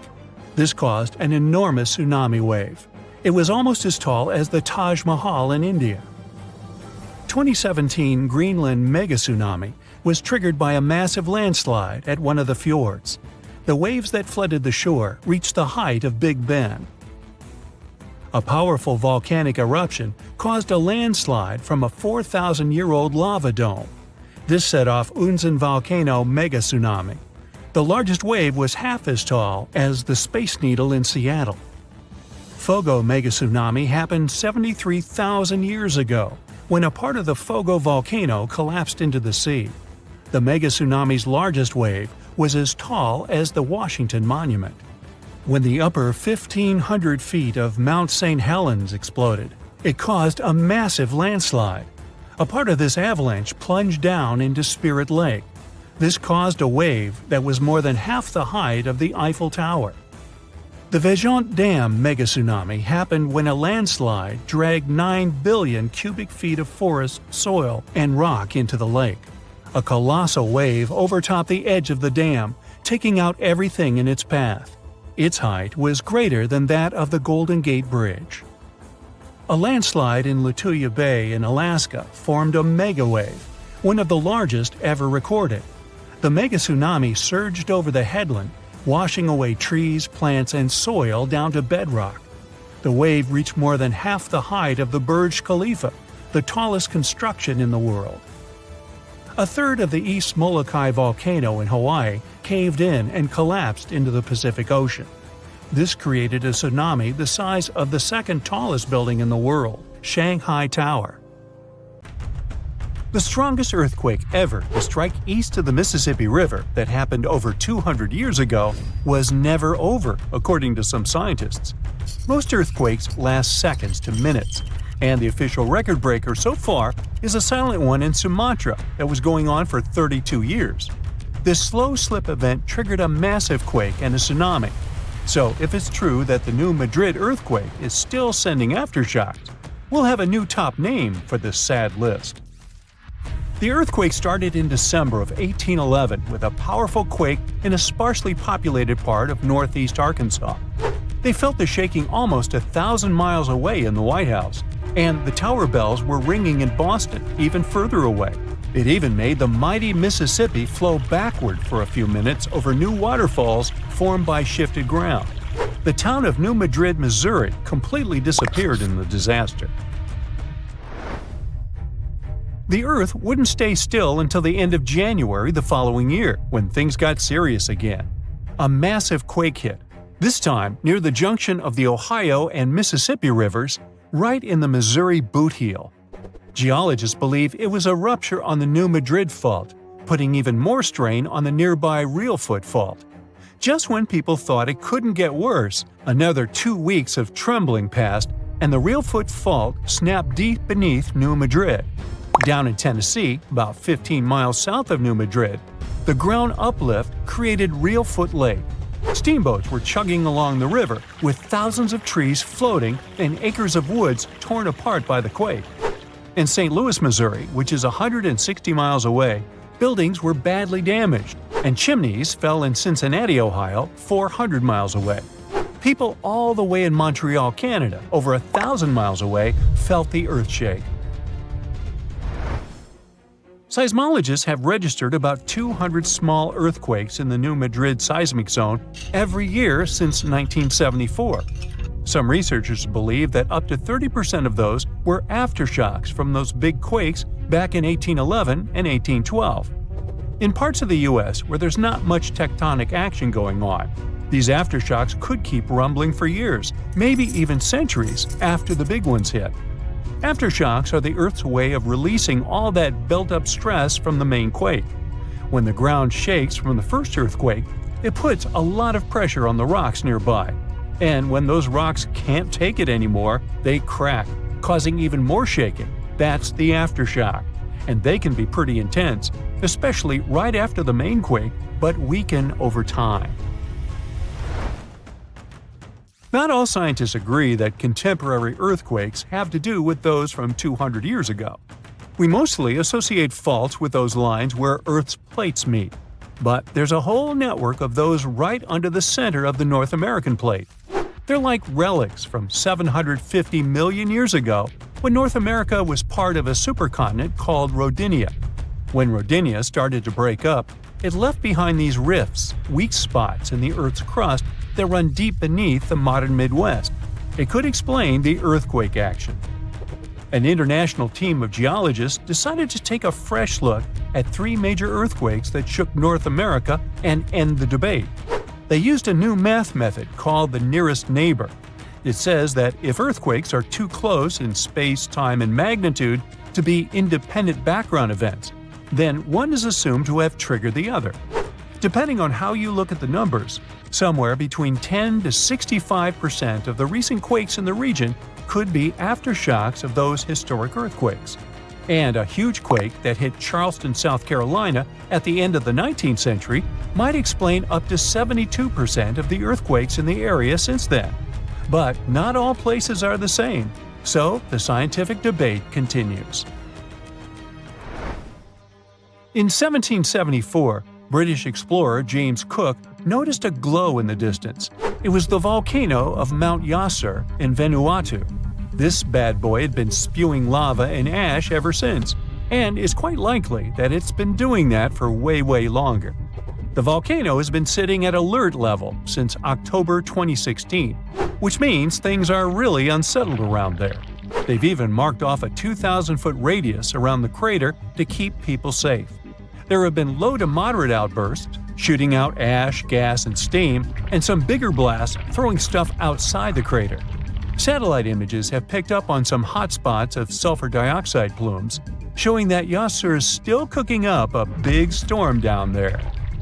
Stromboli, one of the volcanic islands near Sicily, officially has the Guinness World Record as the longest continuously erupting volcano.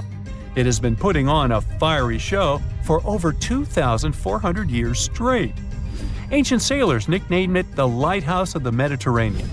Most of the time, Stromboli's just spitting out spatter, but every now and then it throws in some lava flows or shoots up some moderately high fountains. Sometimes you might even catch a glimpse of steam-driven outbursts. Over 200 million years ago, the world went through a major makeover, with not one, not two, but 4 massive volcanic eruptions changing the game.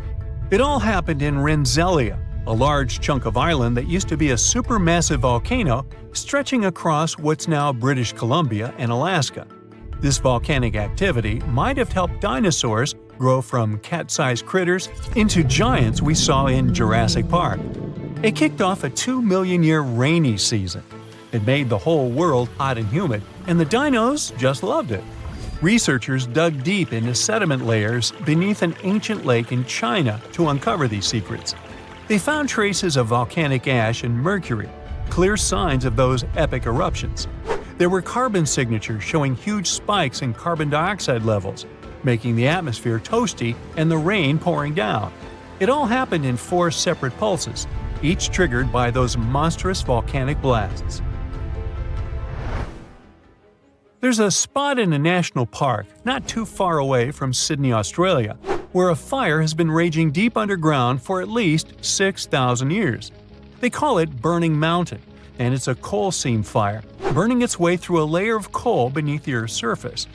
Once these underground fires start, they're pretty much impossible to put out. This ball of fire is up to 30 feet wide and extremely hot, but there's no flame, it's smoldering. The fire has been creeping along at a pace of about 3 feet per year. A local farmer first spotted it in the 19th century and thought it was a volcano. The people who have lived here for ages believe this place is sacred. They've used it for cooking and crafting tools, and tell that it started from a widow's tears or the torch of a hero. But experts think it could have been a lightning strike or coal heating up like a summer barbecue from the interaction with oxygen. Some say it might have been burning since before the dinosaurs roamed the Earth. No one knows exactly how long this mountain will burn or in what direction it'll move. Right now, the coal has enough oxygen to burn for centuries or even millennia without human intervention. The fire is heating up the mountain like a giant oven, making it crack and crumble, inviting in more oxygen to feed on. Even if humans decide to take action, these coal seam fires need truckloads of water and liquid nitrogen to tame them. Several years ago, explorers noticed that the smolder was creeping close to a cliff overlooking a little river. And depending on what the coal seam decides to do next, we could see some dramatic changes here in the coming decades.